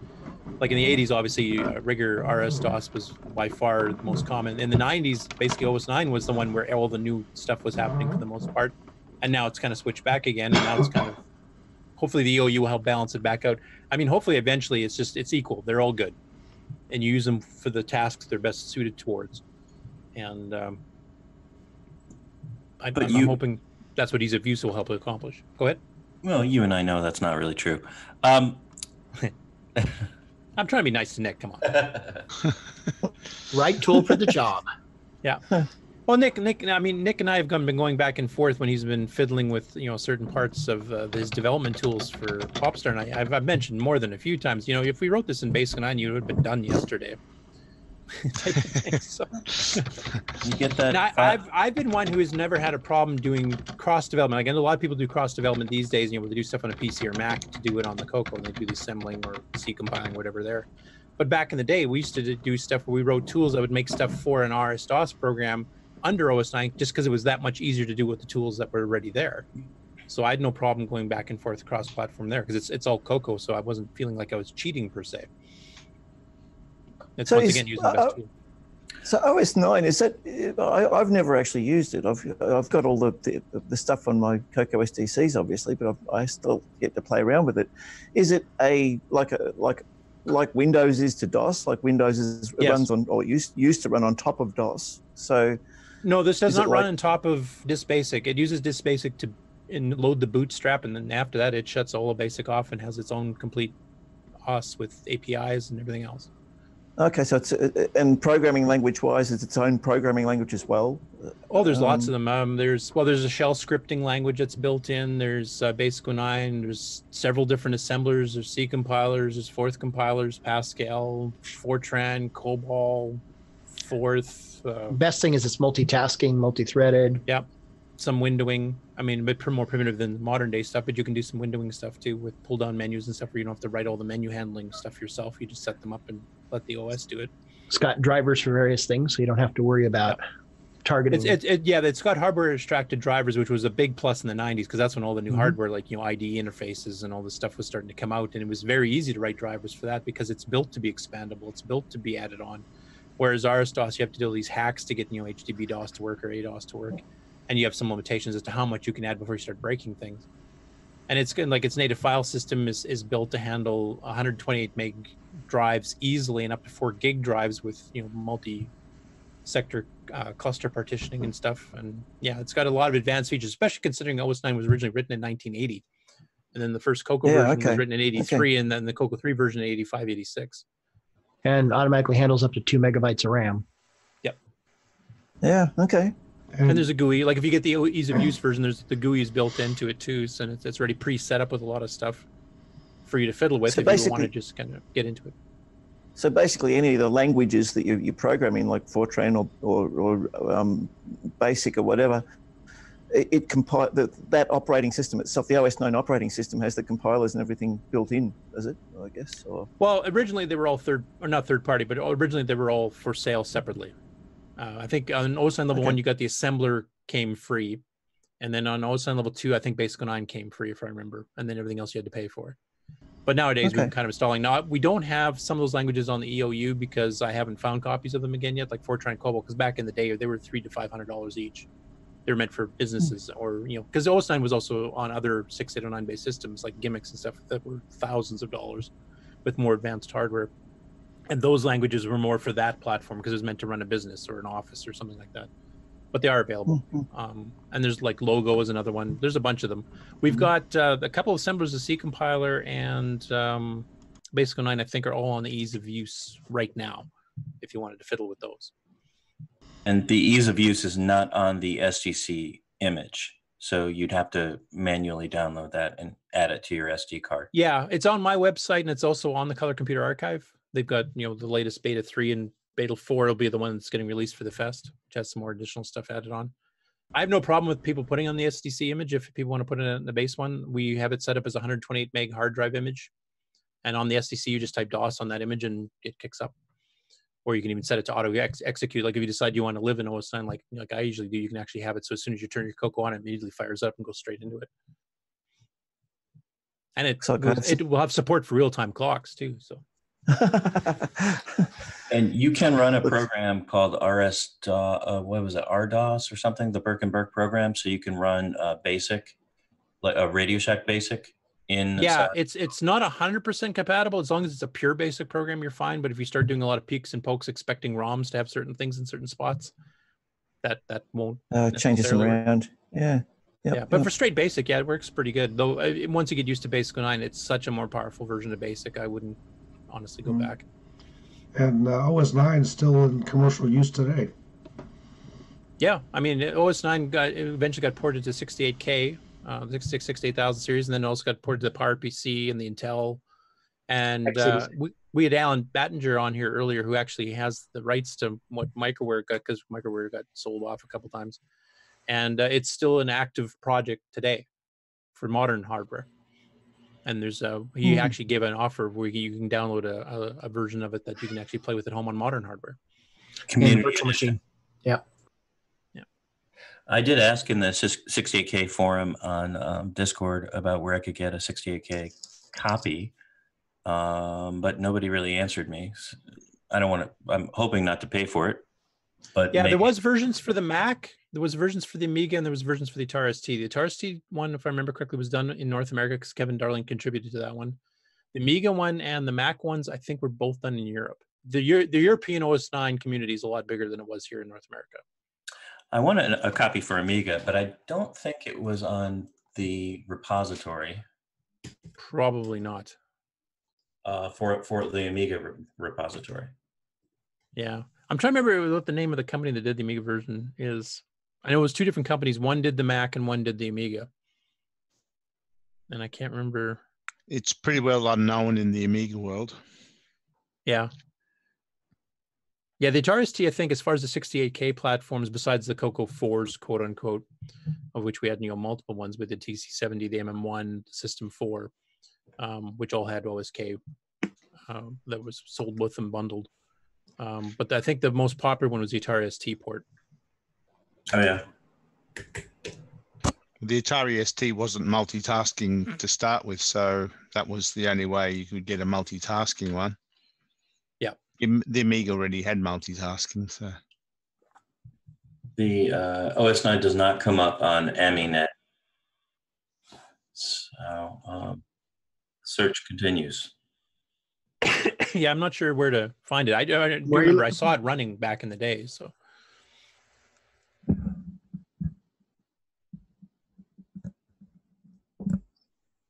And the Mac version was done by Something Labs. That's all I remember off the top of my head, because it was for the 68K Macs. Yeah, good luck Googling the Mac version. You're going to get Mac OS 9. Yeah, Mac OS 9. Yeah, well, that was the big lawsuit between the two of them, too. So, yeah, right. We're lost. Yep. I've still got my Mac G4 sitting beside me there. It's got it's dual boot Mac OS 9 and 10 Tiger. It's my old Pro Tools system from back in around 1999, 2000. I think I got that. It's a big screaming 400 megahertz single processor G4. It was the bee's knees in its day. It's a little slow by today's standards, but still works. Still got the original hard drives in it. Still boots up. But yeah, if you want to fiddle with Nitrous 9, like I said, it's available on my site. It's also available on the Color Computer Archive. It's the same copy. If you need any help with it, just feel free to ask. We've got Nitrous 9 groups on Discord. There's a Nitrous 9 group on Facebook, which I believe Ron DeVoe set up for us. So thank you for that. And Ron's been, helping run it too as a user. Like we have, the people that want to learn all these programming languages and stuff too, but we also want to make it user friendly for the user, where you don't have to be a Unix geek per se to do it. And if you're familiar with Unix, OS 9 will feel pretty at home. It's got some differences, but it's closer to Unix than it is to DOS. John Linville said on YouTube that the OS 9 68K for Amiga was done by Digby Tarvin, an Australian. Oh, okay. Oh, there you go. Way to go, Australia. Another one of our neighbours, Nick. Yeah. Be just you, next door. You guys better track him down and get a copy of that sucker. It's probably just next door. Can you hear all my noise as well, just like you can, Nick? Yeah, just kick the koala out of the way and just go say hi and go grab it. So. Unfortunately, there's not much software to run on it, so it's a bit of a pointless exercise, really.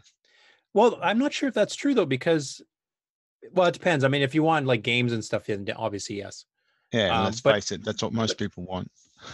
But as far as like utilities and stuff like that, if it was written as a console terminal program, which a lot of the utilities like ARC and DARC and ZIP and stuff like that were, that would run on any 68K system. You could run on the Mac, it could run on the Amiga, it could run on the Atari ST, because it only ran through, because everything's abstracted. Like your APIs for writing to the screen are all abstracted through the hardware, so you're not talking to the hardware directly. You wrote the program once and it would immediately work on all three of those platforms. Same as the stuff on the 6809. If you wrote it on the CoCo and you wrote it as a console app, it would immediately run on a Gimmicks or a Smoke Signal Chieftain or any of these other platforms too. You didn't have to recode it. to get it to work, because this guy has an 80 column card, this guy has a 132 column card, the CoCo has 32 columns. It just worked. So how does Basic 09 compare speed-wise to regular Basic? If you're, it's actually it's a lot faster, but it's still oh it's wow, like okay, a code interpreter. It's not. It's partially compiled, partially interpreted. Yeah, it's a pseudocode. P code. Yeah. Okay. It doesn't reinterpret every line like regular Basic does. That's one big thing. It also has different variable types too. Like basically, Color Basic has strings and real numbers, and that's it. So all your math is done in real numbers. And Basic 9 adds the integer format. So if you use stuff that only requires a 16-bit number, it runs much faster using native 6809 instructions. It also has complex data types. You can set up a data type almost like an object, not quite, but where you can mix a string and an array and some numbers and reals and everything else all together as one structure, and then get and use it as one block. Okay, so and what about, like, I suppose these are all questions I should really ask on the group, I suppose, rather than chewing up CoCoTalk. But well, this is things related, so it still applies. Yeah. Okay. All right. Yeah, I'm just thinking of things like accessing hardware in direct access, like some of the stuff I'll be doing with the modular here in the background is I'll be using peeks and pokes a lot for on regular Peek and poke Basic. is supported in Basic 09 as long as it's memory mapped I/O hardware in the memory I/O space. You can do that. I mean, the quote unquote legal way to do it would be to write a driver, then you just pass calls to the driver from your program, whatever language you decide to write it in, and there might already be a driver too. Yeah, well, I think for what he's doing, probably not. Probably not. Okay. Yeah, I'm going to be working on a lot of custom DACs and ADCs and stuff like that. Right. So yeah, so I'll be assigning basically memory addresses to it directly, and then accessing them. But there's like MIDI drivers already, like MIDI drivers to talk to MIDI hardware cards with the serial port, and you just send it the data, and it automatically sends it out the right baud rate and all that kind of stuff. So yeah, okay. But it's built for hardware abstraction. So, I mean, as long as it's not super time intensive where you can go through the rigmarole of going through an OS to do all the calls. Like if you remember back in the old days when Windows 3 came out, not many arcade games were made for it because the machines were not fast enough. When you abstracted the hardware from the video and your sound cards, they ran slower, noticeably slower. So a lot of people just said screw it and wrote DOS games anyway because you want to talk to the hardware directly for speed. As the machines got faster, that became less of an issue. Now nobody writes directly to the hardware anymore. Everybody goes through the API calls. And OS 9 would be more in the old version of that, where the abstraction of the hardware does slow things down, but it does mean you can write a program once that will run on various hardware without you having to change anything in your own program. Yeah, okay. How speed intensive is your application going to be? Like, is it critically timing intense, or is it like MIDI where once every 60 of the seconds fine, or what? Yeah, there's two different approaches I'm going to be experimenting with.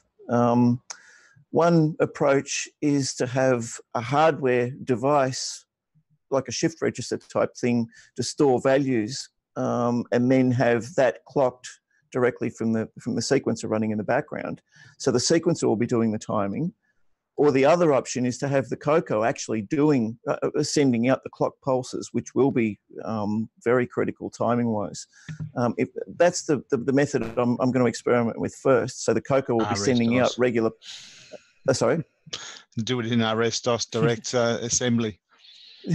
You can do that in OS 9 too. Yeah. I mean, the play command that I did for OS 9, which actually plays WAV files and Amiga SVX files and all that kind of stuff, does the same thing. I shut the hardware interrupt system off. I basically suspend OS 9 after using OS 9 system calls to load the thing into RAM, because I actually will use the full 2 meg if you have it too. So it's actually doing all that through regular calls onto the disk drive. I don't have to write anything specific for that. Allocating the memory, I don't have to write anything specific for that. It just uses standard calls, read and allocate RAM. And then at the end of that, then I shut the interrupts off for OS 9 and basically just start pummeling the hardware DAC, at whatever speed the WAV file needs. Yeah. The other option was I was anything that was super critical timing wise, I was going to write in assembly and just call that from BASIC, load that into memory somewhere, and just call it from BASIC when I need it. But I was going to experiment with the whole thing in BASIC first and just see if I could. I'm giving myself a challenge here, especially on the CoCo one. But I want to see if I can write something that's going to be timing critical in BASIC on a CoCo one that will work reliably. So I'm setting myself a deliberate challenge there to do to do something the most that'll require the tightest code, basically. So. Yeah, it depends. It depends if you mean time and critical, like it's firing at the exact same interval every time, but the intervals aren't that often, or do you mean you have to hit it like 10,000 times a second? No. It's not very frequent, but it's got to be exact. Okay. Yeah, basically the CoCo will be producing timing pulses for beats in music, basically. So it'll be one, say 64th beats, basically 1/64th of a note. So. Now picture hi-hats, like if you're playing hi-hats to a disco beat, like that sort of thing, and it's got to be super critical timing-wise, otherwise it'll get sloppy. So I guess this kind of turned into a chord dump. We probably should have played the chord dump thing, eh? It's not too late. Ladies and gentlemen.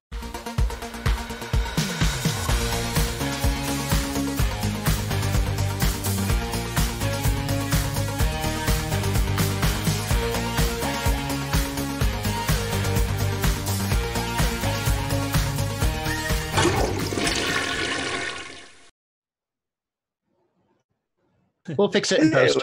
Yeah. There we go. Good score dump. No, I'm just kidding. If you have an anticipated core dump, see your doctor.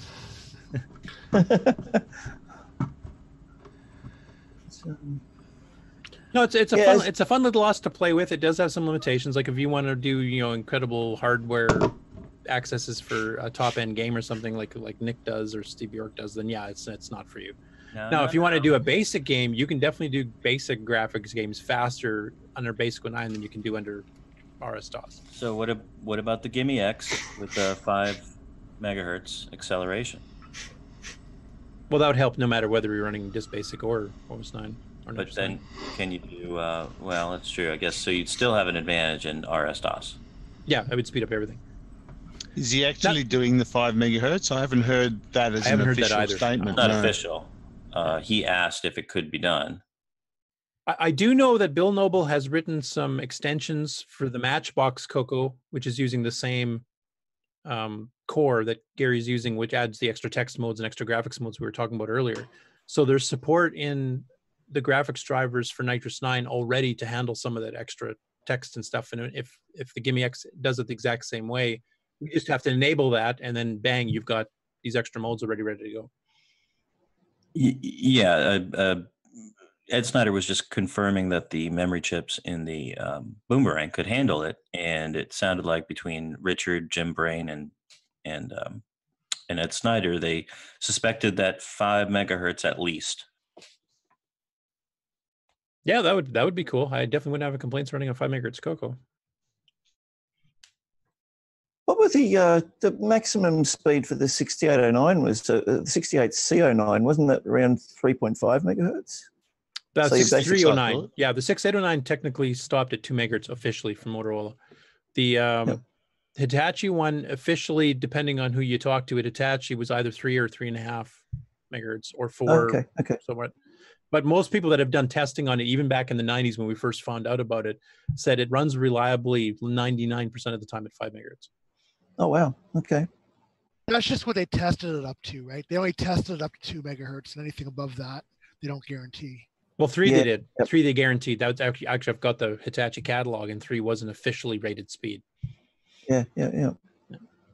So the 6809, you still be limited to around 2 megahertz or 2.5, 3 megahertz, maybe if you pushed it. Yeah, I guess. The fastest I ever pushed to 6809 with upgrading the clock crystal on the CoCo 3 itself that I did, I think was about 2.25. I know Bruce Ice did, and a few others did it up to about 2.5, 2 3/4.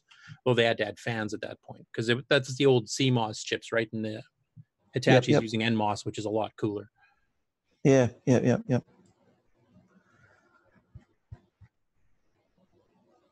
No, my CoCo 3 now has a 6309 in it. That's if you decide to run Nitrous 9, definitely get the 639 version of it then, because it runs a hell of a lot faster. Yeah, okay. You can run both. I mean, the 609 version will run in the 609. You can compare the speeds there. And I have done a lot of optimizations the last couple betas to try to get the 609 a bit more up to speed compared to the 639. But there's a long ways to go, and I never will be able to match it, as Nick can attest. Once you start writing some decent 639 code, the 609 just can't keep up. Yeah. Have you tried running Sockmaster's mod player? or even the 6809 version, but there is a 6309 version as well. David? No, I haven't yet. No, I played around with his sampling utility the other day. I haven't recorded anything into the RAM yet, but I'm going to try that next. Oh, you need the mod player, yeah. Yeah. Yeah. The mod player plays the old Amiga mod 4 voice with digitized samples for each of the voices with pitch bending and all kinds of stuff on it. And the 609 version gives you enough extra CPU time that you can actually run it almost 2 kilohertz better sampling rate. Oh, wow. Than the 609 version can do. Well, that's a fair improvement. Yeah. Hmm. And that's without increasing the clock speed of the computer. Yep. That's just changing it to native mode and using some native 6309, yep. Yep. Better code. Yeah, okay. It took years to convince Nick of this, but he's finally on board, so that's good. Oh, wow. I mean, I understood Nick's reasoning for that. I mean, there wasn't enough of them out there for him to make it worthwhile, you know, if you're going to cut your market down to people at 6309s. Because back then, too, you had to basically do these upgrades yourselves. And this requires desoldering a 40-pin CPU and putting in a socket and putting in a new chip. And that's beyond the scope of a lot of people, including myself. So, but now that we have, you know, Boys in Tech and Cloud9 and Jim Brain that can all do these upgrades, you can send your CoCo in and get it upgraded, and you don't have to worry about doing the actual hardware upgrade yourself. I think once we get more and more software to support it and people see what the speed differences are and some stuff you can do that you just could not do on the 6809 efficiently, that I think we'll see more and more people getting into it, and then that'll feed more and more software coming out for it as well. Yeah, yeah. One of the best things I invested in recently, actually, I should have invested in one 30 years ago, but they were a lot more expensive back then, was a proper vacuum desoldering. It's a proper station with a temperature controlled with a proper vacuum desoldering with multiple size tips and everything, and that makes the job of removing 40-pin ICs so much easier. You don't damage your circuit boards doing it, and it's yeah. Without one of those, the job is I mean, in my impossible. case, even if you gave me all these fancy tools, I still couldn't do it. I just am all thumbs when it comes to that kind of stuff. So all thumbs, or all hair, one of the two. Curtis realizes his limitations. Yes, I'm very limited when it comes to anything of the two electronics. Programming them, I'm not too bad at. I can fend for myself there, but hardware-wise, I can barely solder wires to make a serial cable. That's all right. We'll fix the machines. You program them. Yeah, that sounds good. This is why I was Much asking like you one about of these. capacitors earlier. I'm the same. I use this quite often. Oh yeah, looks good. This is what I use for desoldering here. Oh yeah, okay. Yeah. I mean, it's not the fancy one with the vacuum though, but I mean, you heat it up, you give a little pinch of the ball, and it'll draw the solder in. You just got to be. The big thing is to be careful not to heat up the circuit board, the traces. Yep, Because they lift. The traces will lift off, and so you want to make sure you get all the solder off first. You want to use good flux and desoldering wick or something to take off majority, and like a little solder sucker to do around through-hole components. Yep, get all that solder out of there, and don't pry too hard because you'll lift a trace. And so if you find one that's not quite right, go back and touch it up again. But it just takes the patience and stuff like that. And if you are going to invest if you are going to invest in a soldering iron, ideally one that has a temperature control, so you can bring it down to the lowest point, so you're not putting a lot of heat into it. And if you're going to replace anything, if it doesn't have a socket, you put a socket in first, and then it makes things a lot easier too, because you're less likely to damage the socket than you would the chip. There's the you can see that there. That's the 6809 removed from the board on my CoCo 3 there. And then if I flick that way, that's a socket installed there on the board, and the 6309 installed in the socket. Now, for people in the US who have NTSC CoCo 3s, they'll wonder why the 6809 is facing the wrong way. Oh yeah, it's vertical. It's up and down on the on an NTSC one. On a PAL one, it's horizontal like that. Yep. Yeah, sideways. Yeah. It's a PAL CoCo 3, that one. So, and it's a 63C09, so it should be the faster of the ones, courtesy of Brendan Donaghy. Yeah, that's one officially rated for 3.5 megahertz and usually runs fine at 4 and 5. Yeah. So that's what's in the CoCo 3 behind me there at the moment. the CoCo one above, that's got the 6809 in it. My other CoCo one, which is on the floor, which needs another keyboard, that's got a 6309. And I've got a NTSC CoCo one, which has got a 6809. So I've got a combination of different things there to experiment with. So it's have all bases covered in programming and experimenting with different things. So. Are you going to have a concert via CoCo someday? As in with the music, with the sequences running off it, you mean? Yeah. I was actually hoping to have that ready for this week, but I do have the modular running, as you can see in the background now. So it's this week I'll be doing some experimenting, interfacing the CoCo with the modular, just with the hardware that I've got at the moment. And just experimenting with a bit of coding and see if I can get the CoCo to control the step sequencer in the background there, and do some old Tangerine Dream style Berlin School electronic music and have it running from the CoCo. Nice. Yeah. Bring it on. Bring it on. Talking about the CoCos and the music. Who was the? Did we have the gentleman on, or did we just talk about him last year? He had I'm trying to remember. We either went to his webpage or something where he had multiple CoCos that he hooked together and did some sort of presentation back in the day where he had multiple CoCos connected together doing some music and stuff like that. Does anybody recall what we talked about? There's a few people that have done that actually, like Brian Schubring, the music man. I mean, he has a bunch of MIDI synths that he's hooked up to one CoCo, and he's actually tracked multiple synths simultaneously from the CoCo. Dennis Kitts also did his ambient room experiment. He also sold Color Quaver, which is a 4-voice. I think that's who that we were talking about. Yeah, what was the name again?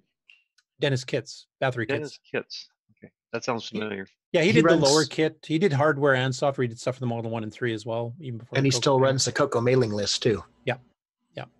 He's a professional musician. Like he's written operas and symphonies and all kinds of stuff. He's quite active.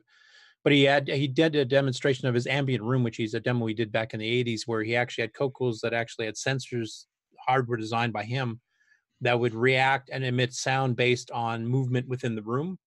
So he had all these sensors scattered around, and then as you wandered through the rooms, music changed following the people around that were walking through. That's it. I love that kind of stuff. I've done a few experiments myself with that kind of stuff, and modular synthesizers are perfect for that. Be interesting to see if to incorporate the CoCo into all of that too, and have things like video cameras and use them as sensors. There's some very cool stuff you can do. Yeah. I should mention, Mark, you're still doing the chat stuff, because I just finished posting all the links from the new stuff if you want to cross post if you haven't been already. Yeah, I was wondering if you want to just post those in the regular chat. Yeah, I can do that. So, okay, I'll put them in the. Well, you've got the cross chat, so you can actually get them into YouTube and Facebook and everything else. Yeah. Okay. I'll do that here. So. And I see Al Hartman's just joined us in chat, and Heavy Systems Inc. Grant Leedy. Hello, everybody. Hey, Grant, sounds like you're on the road. Yeah, I am. I'm out of town right now, but I just thought I'd pop in and say hi to everybody. Watch out, there's a tornado behind you. That's a pretty serious looking tornado too. It's Twisted Brother instead of Twisted Sister. So Grant, we got to get you a new picture. I've seen that too many times looking out the window here. Bit of storm chasing going on there. What F number is that one?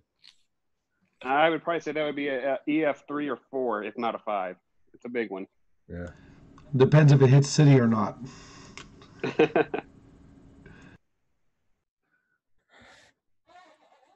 But I thought I'd help everybody's ratings since Stevie's not here today. So. Oh, yeah. I was here at the beginning, so the ratings are still going to be a bit lower. But if you guys, sorry, Kevin. If you guys get around to Ron's garage, I just posted a 15-minute Radio Shack video of commercials.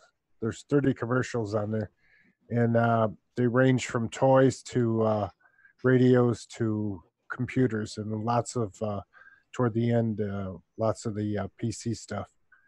So it's interesting to watch. There isn't any copyrighted music in there, is there, Ron? Gosh, I don't know. It's all Radio Shack commercials, so yeah. I'd be a bit leery playing that many commercials in a row and then getting them pulled down. Play them with the sound off. Well, it's a YouTube thing. So it's already on YouTube, so yeah, they should be safe. 30 commercials in chronological order from Radio Shack. Any of them we can harvest? There's a couple. There's 2 color computer ones. The old gray commercial and the one that we just played is in there, along with Bill Bixby and many different commercials showing, right from the 1200 up to the 3000. Yeah, I'll have to look at that later. Pretty cool. And it's, in VHS ugliness, In fact, one video is pretty screwed up. It has sideways lines and stuff on occasion. So they must have got the best they could find of that particular commercial. A lot of commercials are so ugly. Do you think anybody would ever in the future have like original video of some of this stuff? That would be cool to see it nice and clear. Well, those would have to be something that somebody like accidentally recorded on a VHS tape or something in order to show. Yep. But it's so ugly. Of course, the tapes are kind of deteriorating now. Yeah. There's a post about somebody at Midwest Gaming Classic this weekend, and asking, is anyone else here? And there's a TRS-80 Model 1 and a color computer. Any of the Midwest people know about this? That's going on right now, you said? It was posted 1 hour ago. I could share my screen. Somebody said they were going to be there. Somebody, I think, from Wisconsin. Yeah, I kind of remember that faintly, too. Joshua Yeager on Facebook.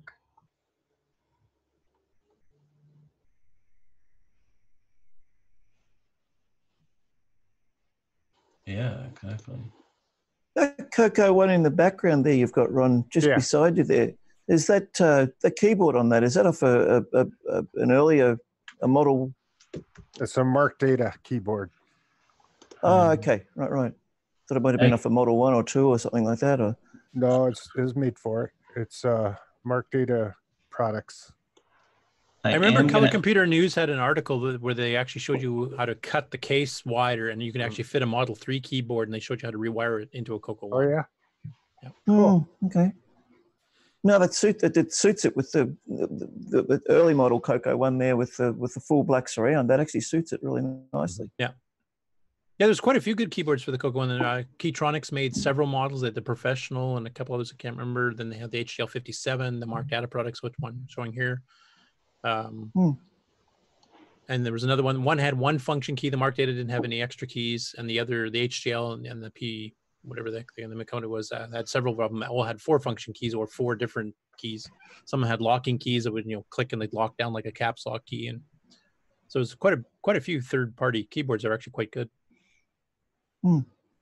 I had back in the day, I had another one just like that I took apart and put in a Model 4 terminal case, and used that keyboard, and it fit in the Model 4 slot, and I didn't have I just blacked out the the keys on the side, and I put a black and white TV in it and had it for a while back in the day, and now in my collection I found another one that looks just like what I had, so now I have it, and it's like old times. Yeah, the CoCo one on the top there, that's my original one that I had in the 80s. That's got a CoCo 2 keyboard in it, that one. That's cool. That was one of the upgrades I did back then in the 80s, was one of the first upgrades I did to it. The second one, I think the first one was 64K RAM. And the other one, the next one was the CoCo 2 keyboard. So much better than the chiclet keys. Yeah. Oh yeah. Which and is Dave, are now you still sitting- looking for a CoCo 3 keyboard, or have you kind of found one yet? Or I'm hanging out for Ed's mechanical keyboard, obviously. oh, okay. So I'm sort of, I don't know how, I'm not sure what his time frame is there, but I'm hoping he's sort of going to release it fairly soon. If I find a CoCo 3 keyboard in the meantime, I'll jump on it, because I do want to get a proper, because I was going to mention, if you get one of the third-party keyboards like the HDL57 or some of those other ones that had the 4 extra keys, you can use those, and those other 4 keys do take the place of Control, Alt, F1, and F2. You just need to get the CoCo 2 versions that had the ribbon cable instead of that little connector on the keyboard. And those would work. Yep. I don't know if you have any of those available to you, but I've been looking around for them, but I haven't seen anything here in Australia yet. So everything I've seen's been eBay US, and the postage has been a killer. Yeah. So the other option so the other option I was thinking was just it was getting the PS2 adapter and running a PS2 keyboard on it for the time being, with That'd be Cloud9. But yeah, I'm really I've been holding off a little bit, because I'm really set on getting one of Ed's, or a few of Ed's actually. I want to replace all the keyboards in most of my CoCos with Ed's mechanical keyboards. So I know he's got a lot on his plate, and he's very highly in demand with all his fancy upgrades, but and the Gimme X and all the rest of it. But I'm hoping he does something with the keyboard soon. So. And Mark Marlette of Cloud9 is doing a new membrane, I guess, to use your existing CoCo keyboard, but to fix the membrane because it wore out to the point where keys would stop working. You type Right. It was a hybrid one, yeah. Yeah. But that wouldn't solve your case because you don't have a CoCo 3 keyboard to fix. So. Yeah, no. Did I mention that Al Hartman posted on YouTube that Dennis Kitts had an article in one of his books about adapting a Model 1 keyboard for the CoCo? Yeah, I think I actually remember seeing that. And it definitely fit better than the Model 3 one, because the Model 3 one gave you the numeric keypad, which was kind of cool. And it actually did work, but you had to literally cut the sides of the case right up to the edge of the plastic just about to fit that thing. It looked like a complete hack job. Yeah. We've got someone constructing something in the background by the sounds of it there. Maybe they're building a keyboard.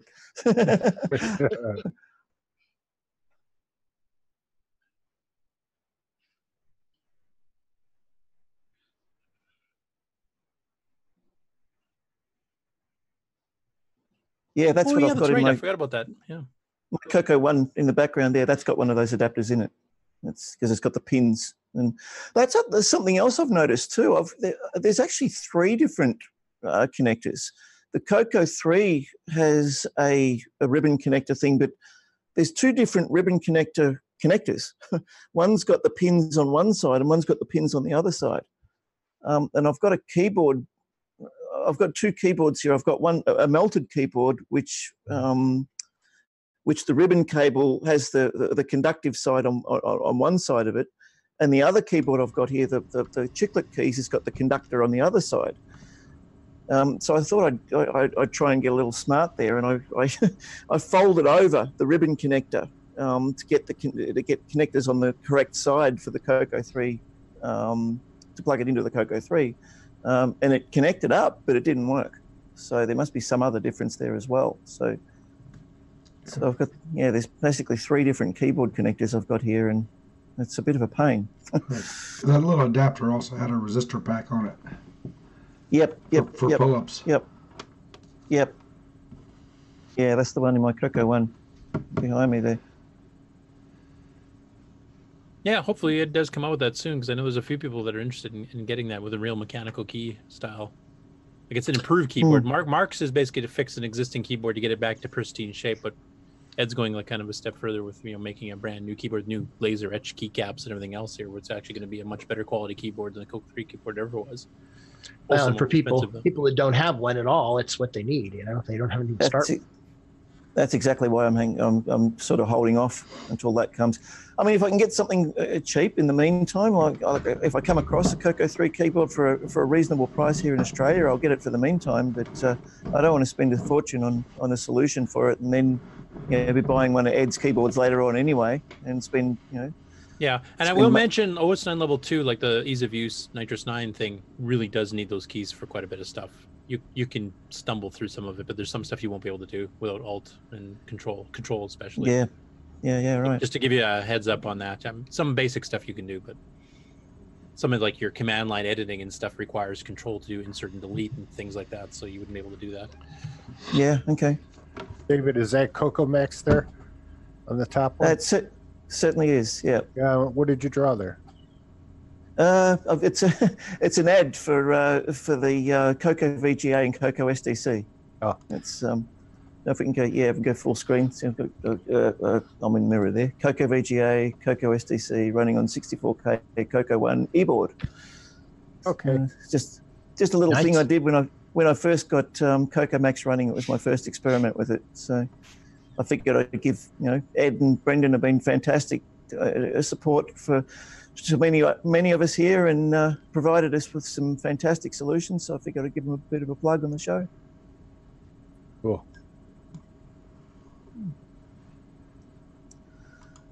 So obviously that's running on CoCo VGA, the old Dell monitor. And the CoCo 3 underneath, that's running directly out of the composite output into a Sony broadcast monitor. So, hey, I was wondering, you know how people use the machines to make cases for some of these things, like the MPIs and stuff. Is that plastic going to yellow, do you know? Is that the same kind of plastic that the CoCos are made from, or, eventually is that going to yellow? It's a 3D printed plastic, so I don't know what that's like in the long term, but they look nice and white at the moment, but they're pretty new, so they probably don't have the additives for the fire suppression stuff in them. That's what makes it go yellow, is it? Yep. The bromide. Yeah? Okay. Okay. Right. Yeah, no, you can probably see from the CoCo 3 there is fairly yellow, but it's uniformly yellow and it's clean. And it works. That's the big thing. Yeah, it works well. Yeah, and it's 512K RAM.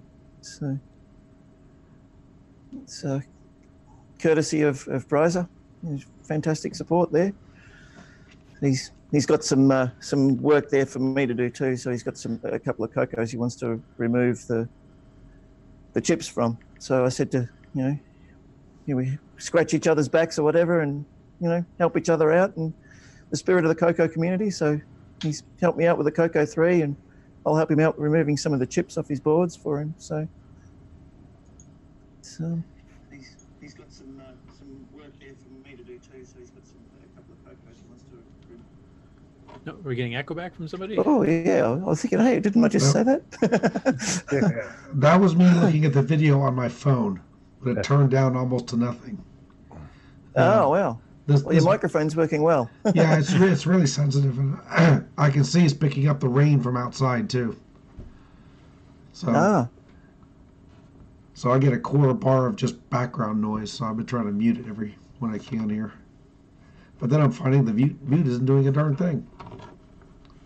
Well, Zoom seems to be muting it quite well because I'm not hearing any of the rain there. It's okay. Yeah.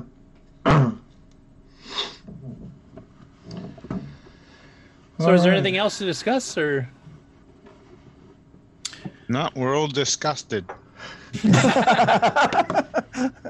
How many more of these until CoCo Fest?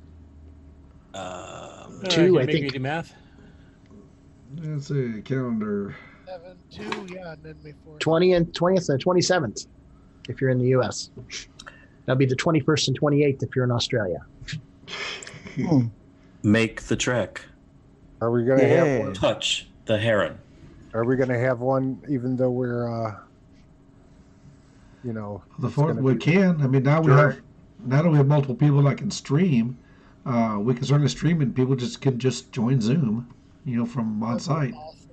I know Stevie and I were talking too. If we hold it, like basically the fest on Saturday shuts down just before supper, then they have the supper smorgasbord thing that we order in, and then there's a break before the jam session, and we were thinking maybe we should do kind of a summary of the show in the evening, maybe even make it an after dark, and just let it run right into the jam session.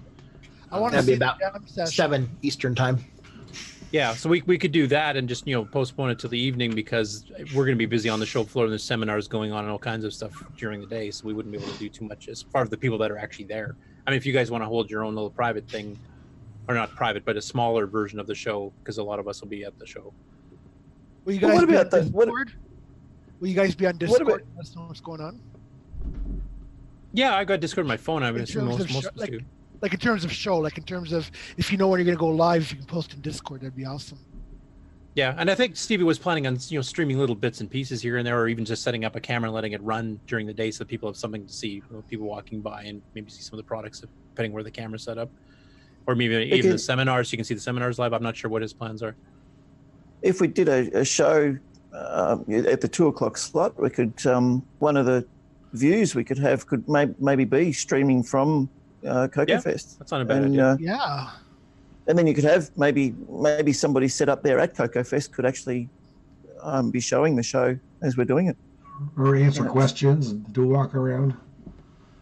Yep. Yeah. I know last year we taped, we did the walk around like at the beginning, which basically everybody, all the people that have booths were introducing whatever projects they were showing off. Because a lot of the vendors there every other year are so busy tending their own table, they don't want to get a chance to go around. They missed completely some stuff that had happened, including me. So this last time we actually did the tour where everybody would explain, like all the vendors got together and just followed the camera. And we just, as soon as you got to their table, they would step behind their table and say, this is my project and this is what I'm doing, blah, blah, blah. And then you get back in the line with everybody else and go on to the next table. And that worked quite well. But if we record that, we can actually put that up. And I think Steve did that last year. I think he still has those up on YouTube. Yeah, I believe so. And setting one up in the room where the seminars are and just letting it run so that you get to see all the seminars as they happen too. Hopefully the audio is good enough to hear. I don't know about that, but that wouldn't be too hard. Because I know what Stevie's biggest problem when he did the first couple of years is that he was actively trying to film stuff. And then he did the same thing that the vendors have a problem with. That he missed half the show. Because he's busy watching one thing and something else was going on over here. I had no idea that even happened. So I think he wants to be more directly involved on a personal level to be able to see everything himself. But on the other hand, if we set up a couple stationary cameras at where the seminars are held, because they'll just come rapid fire after each other, or one on the show floor just kind of showing the whole thing as it expands. Yeah. If they had I guess they've got a PA system there for the seminars, for the presenters and everything. You could perhaps take not really. Oh, okay. It's in a smaller room, so you can kind of hear just by voice. Oh, so you don't really need it. Yeah. Okay. Yeah. No. Okay. The jam session won't be too hard to hear at all because, I mean, Brian brings this huge stereo for his MIDI stuff and the rest of us bring amps for our guitars and stuff. So I think you'd probably be telling us to turn it down, if anything. So. You may get a copyright strike. That's the only problem. Well, I don't know, because this won't be the original music playing, right? It's a cover band, so I don't know if they would be striking that or not. They haven't in the past, at least for the live. Well, I say try it anyway. I want to hear. And it's not like we play it correctly, because like last few times there, we've just decided to try to play a song, and then we play a half a minute, and then we all forget what comes next, and it's on to the next song. So it's more like a... So it's like the YouTube algorithm don't recognize it. Yeah, exactly, because I'll screw up notes. I'll guarantee I'll screw up notes, because some of the times I'll get a request for a song I haven't tried in 10 years, and I barely remember any of it. So that's like when me and my friend jam. We call ourselves ADHD. Call yourself what? Sorry? ADHD. Look, squirrel! We'll play the intro to a song and then go to something else and then play half the bridge and then... Yeah, if you want a preview of how bad it is, just watch the one Stevie did last year of him and me, and I think it was basically just us last year, so...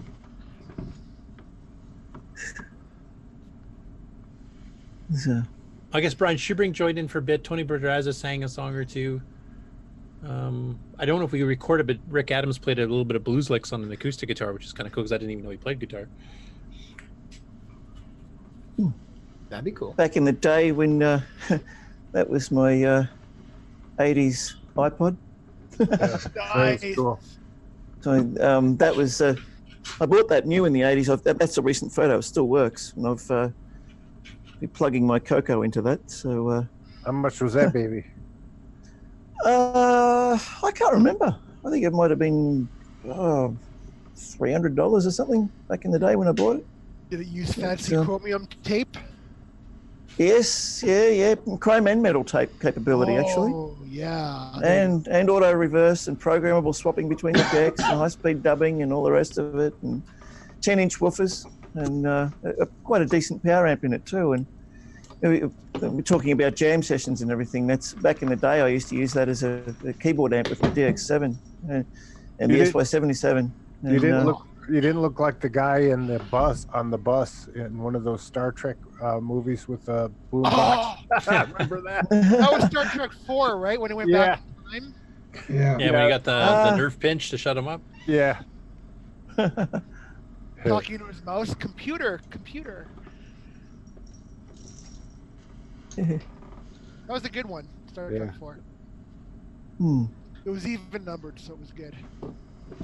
I need to step away, guys, here. So thank you. You guys have a good rest of your day. And all right, thanks. Yeah, you too, Brian.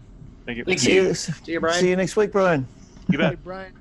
I'm not sure how much more of a show we have anyway. Is there anything much more to cover at this point? Or are there any more segments? I think we're running down. We're at 2.5 hours right now. Yeah, I'm out of news unless something news happens. Play the outro. Alrighty, let's do the sponsors here. CoCoTALK would like to thank some of our community members and sponsors. Check out the CoCo VGA project at CoCoVGA.com. Boyson Technologies at BOYSONTech.com. Jim Brain and Retro Innovations can be found at Go4Retro.com. Cloud9 Technologies at Cloud9Tech.com. CoCoTALK is on the CoCo TV channel on Roku thanks to Roger Taylor. For a very cool project to turn an SD card into a ROM pack, check out SDPAK.com.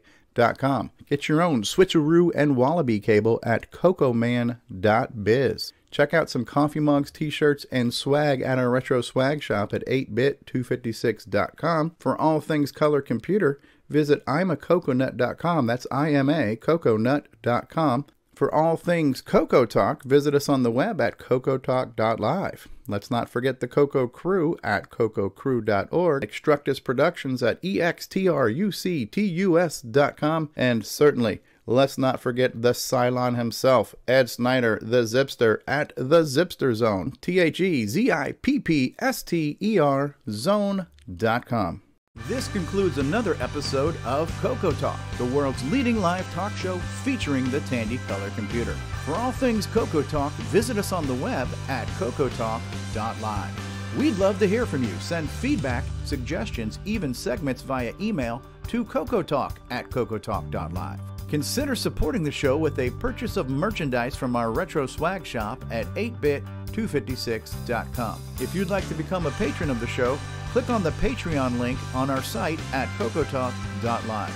CoCoTALK would not exist without the community and its cast and crew. Thanks go to Curtis Boyle, David Ladd, Mark Overholzer, Grant Leedy, Bruce Moore, Nick Marentes, Ron Delvaux, Rick Adams, Jason Reichert, Richard Lorbieski, Jim Brain, Karen Anscombe, Simon Jonason, and many, many more. Special thanks to Steve Bjork for production suggestions and to Brian Joyce, Ken Reichert, and Rob Inman for all of their bonus content and contributions, as well as Roger Taylor for getting us on the CoCo TV channel on Roku. Please help support the CoCo community by visiting some of its contributors. The CoCo Crew podcast at CoCoCrew.org. Glenside Color Computer Club, host of CoCo Fest at GlensideCCC.com. Jim Brain and Retro Innovations at Go4Retro.com. Tandy Assembly at TandyAssembly.com. Boyson Technologies at BOYSONTech.com. Get your own switcheroo and wallaby cable at cocoman.biz. Cloud9 Technologies at cloud9tech.com. CoCoTALK is hosted by Steve Strobridge. Co-hosts, technical directors, segment hosts, and producers Curtis Boyle, David Ladd, Grant Leedy, Mark Overholzer, Ron Delvaux, and Jason Reichert. The CoCoTALK theme song is copyright 2008 by D. Bruce Moore and Greg Sheeler. Mixed, mastered, and produced by D. Bruce Moore.